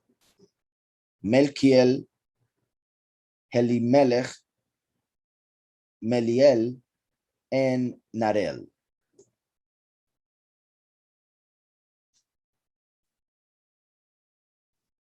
And the names of those who lead them are Adarel, Idiasusael, and Ilumel. These three are those who follow the chiefs of the classes of stars, and there is another that comes after the three chiefs of the classes, which follow the guides of the seasons, which distinguish the 4 seasons of the year. So here, the 4 that were mentioned first, Melkiel, Halimelech, Meliel, and Narel, would be connected to the 4 seasons of the year: spring, summer, fall, and winter. And the names of those who lead them are Adarel, Idyasuzael, and Ilumeel. Remember that each season has 3 months. So the 4 and then mentions 3. These 3 are those who follow the chiefs of the classes of stars, and there is another that comes after the 3 chiefs of the classes, which follow the guides of the seasons, which distinguish the 4 seasons of the year. At the beginning of the year, Meliel rises first. So Meliel is the one that is connected to the spring, who is named Tamaini and luminary orb.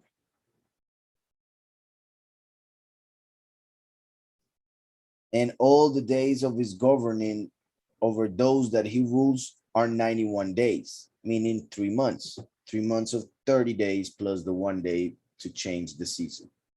And all the days of his governing over those that he rules are 91 days.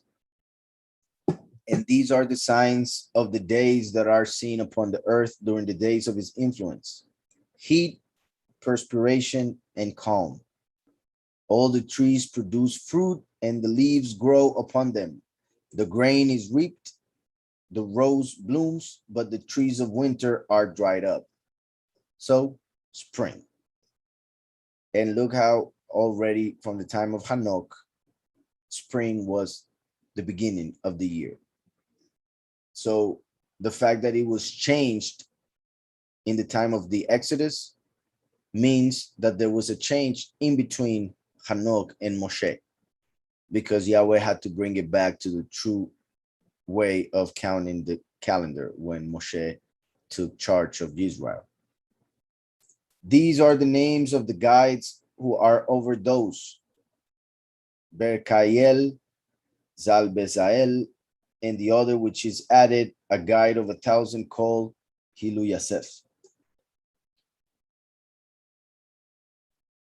with whom the days of his rule finish. So that would mean that the constellation that is connected with the first month, or the malach that is connected with the first month, is Berkael. The malach that is connected with the second month, Salbezael. And the malach that is connected with the third month, Hilu Yasef, with whom the days of his rule finish. All right, so continuing. These are the names of the guides who are already mentioned. That one, verse 18. The next guide is Helimelech, called brilliant luminary orb. So each of the names of each of the 4 that are around or that are connected to each of the seasons are connected to the way the sun pretty much looks to one of the 4 corners of the earth on each of the seasons.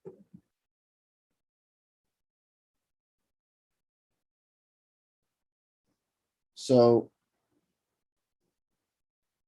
the next guide is Helimelech, called brilliant luminary orb, and the total of days of his light are 91 days.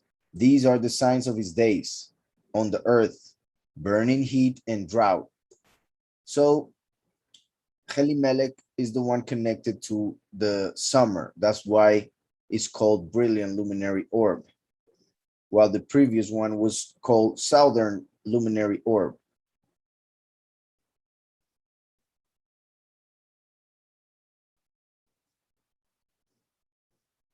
So these are the signs of his days on the earth: burning heat and drought. That's summer. The fruits of the trees ripen, which produce all the fruits ripe and ready. The sheep made and conceive.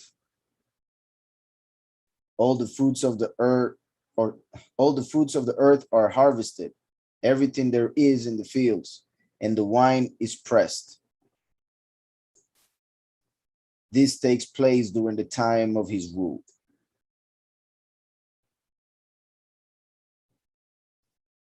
These are the names of the chiefs of the 1,000: Gidayael, Keel, Hel. So each of these would be connected to the next 3 months, the 4th, the 5th, and the 6th month, which is Elul. And to them is added Aspha'el, during which his rule finishes.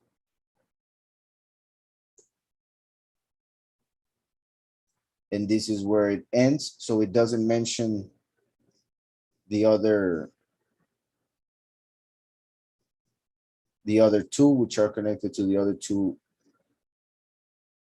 seasons, but we know their names are Narel and Melkiel.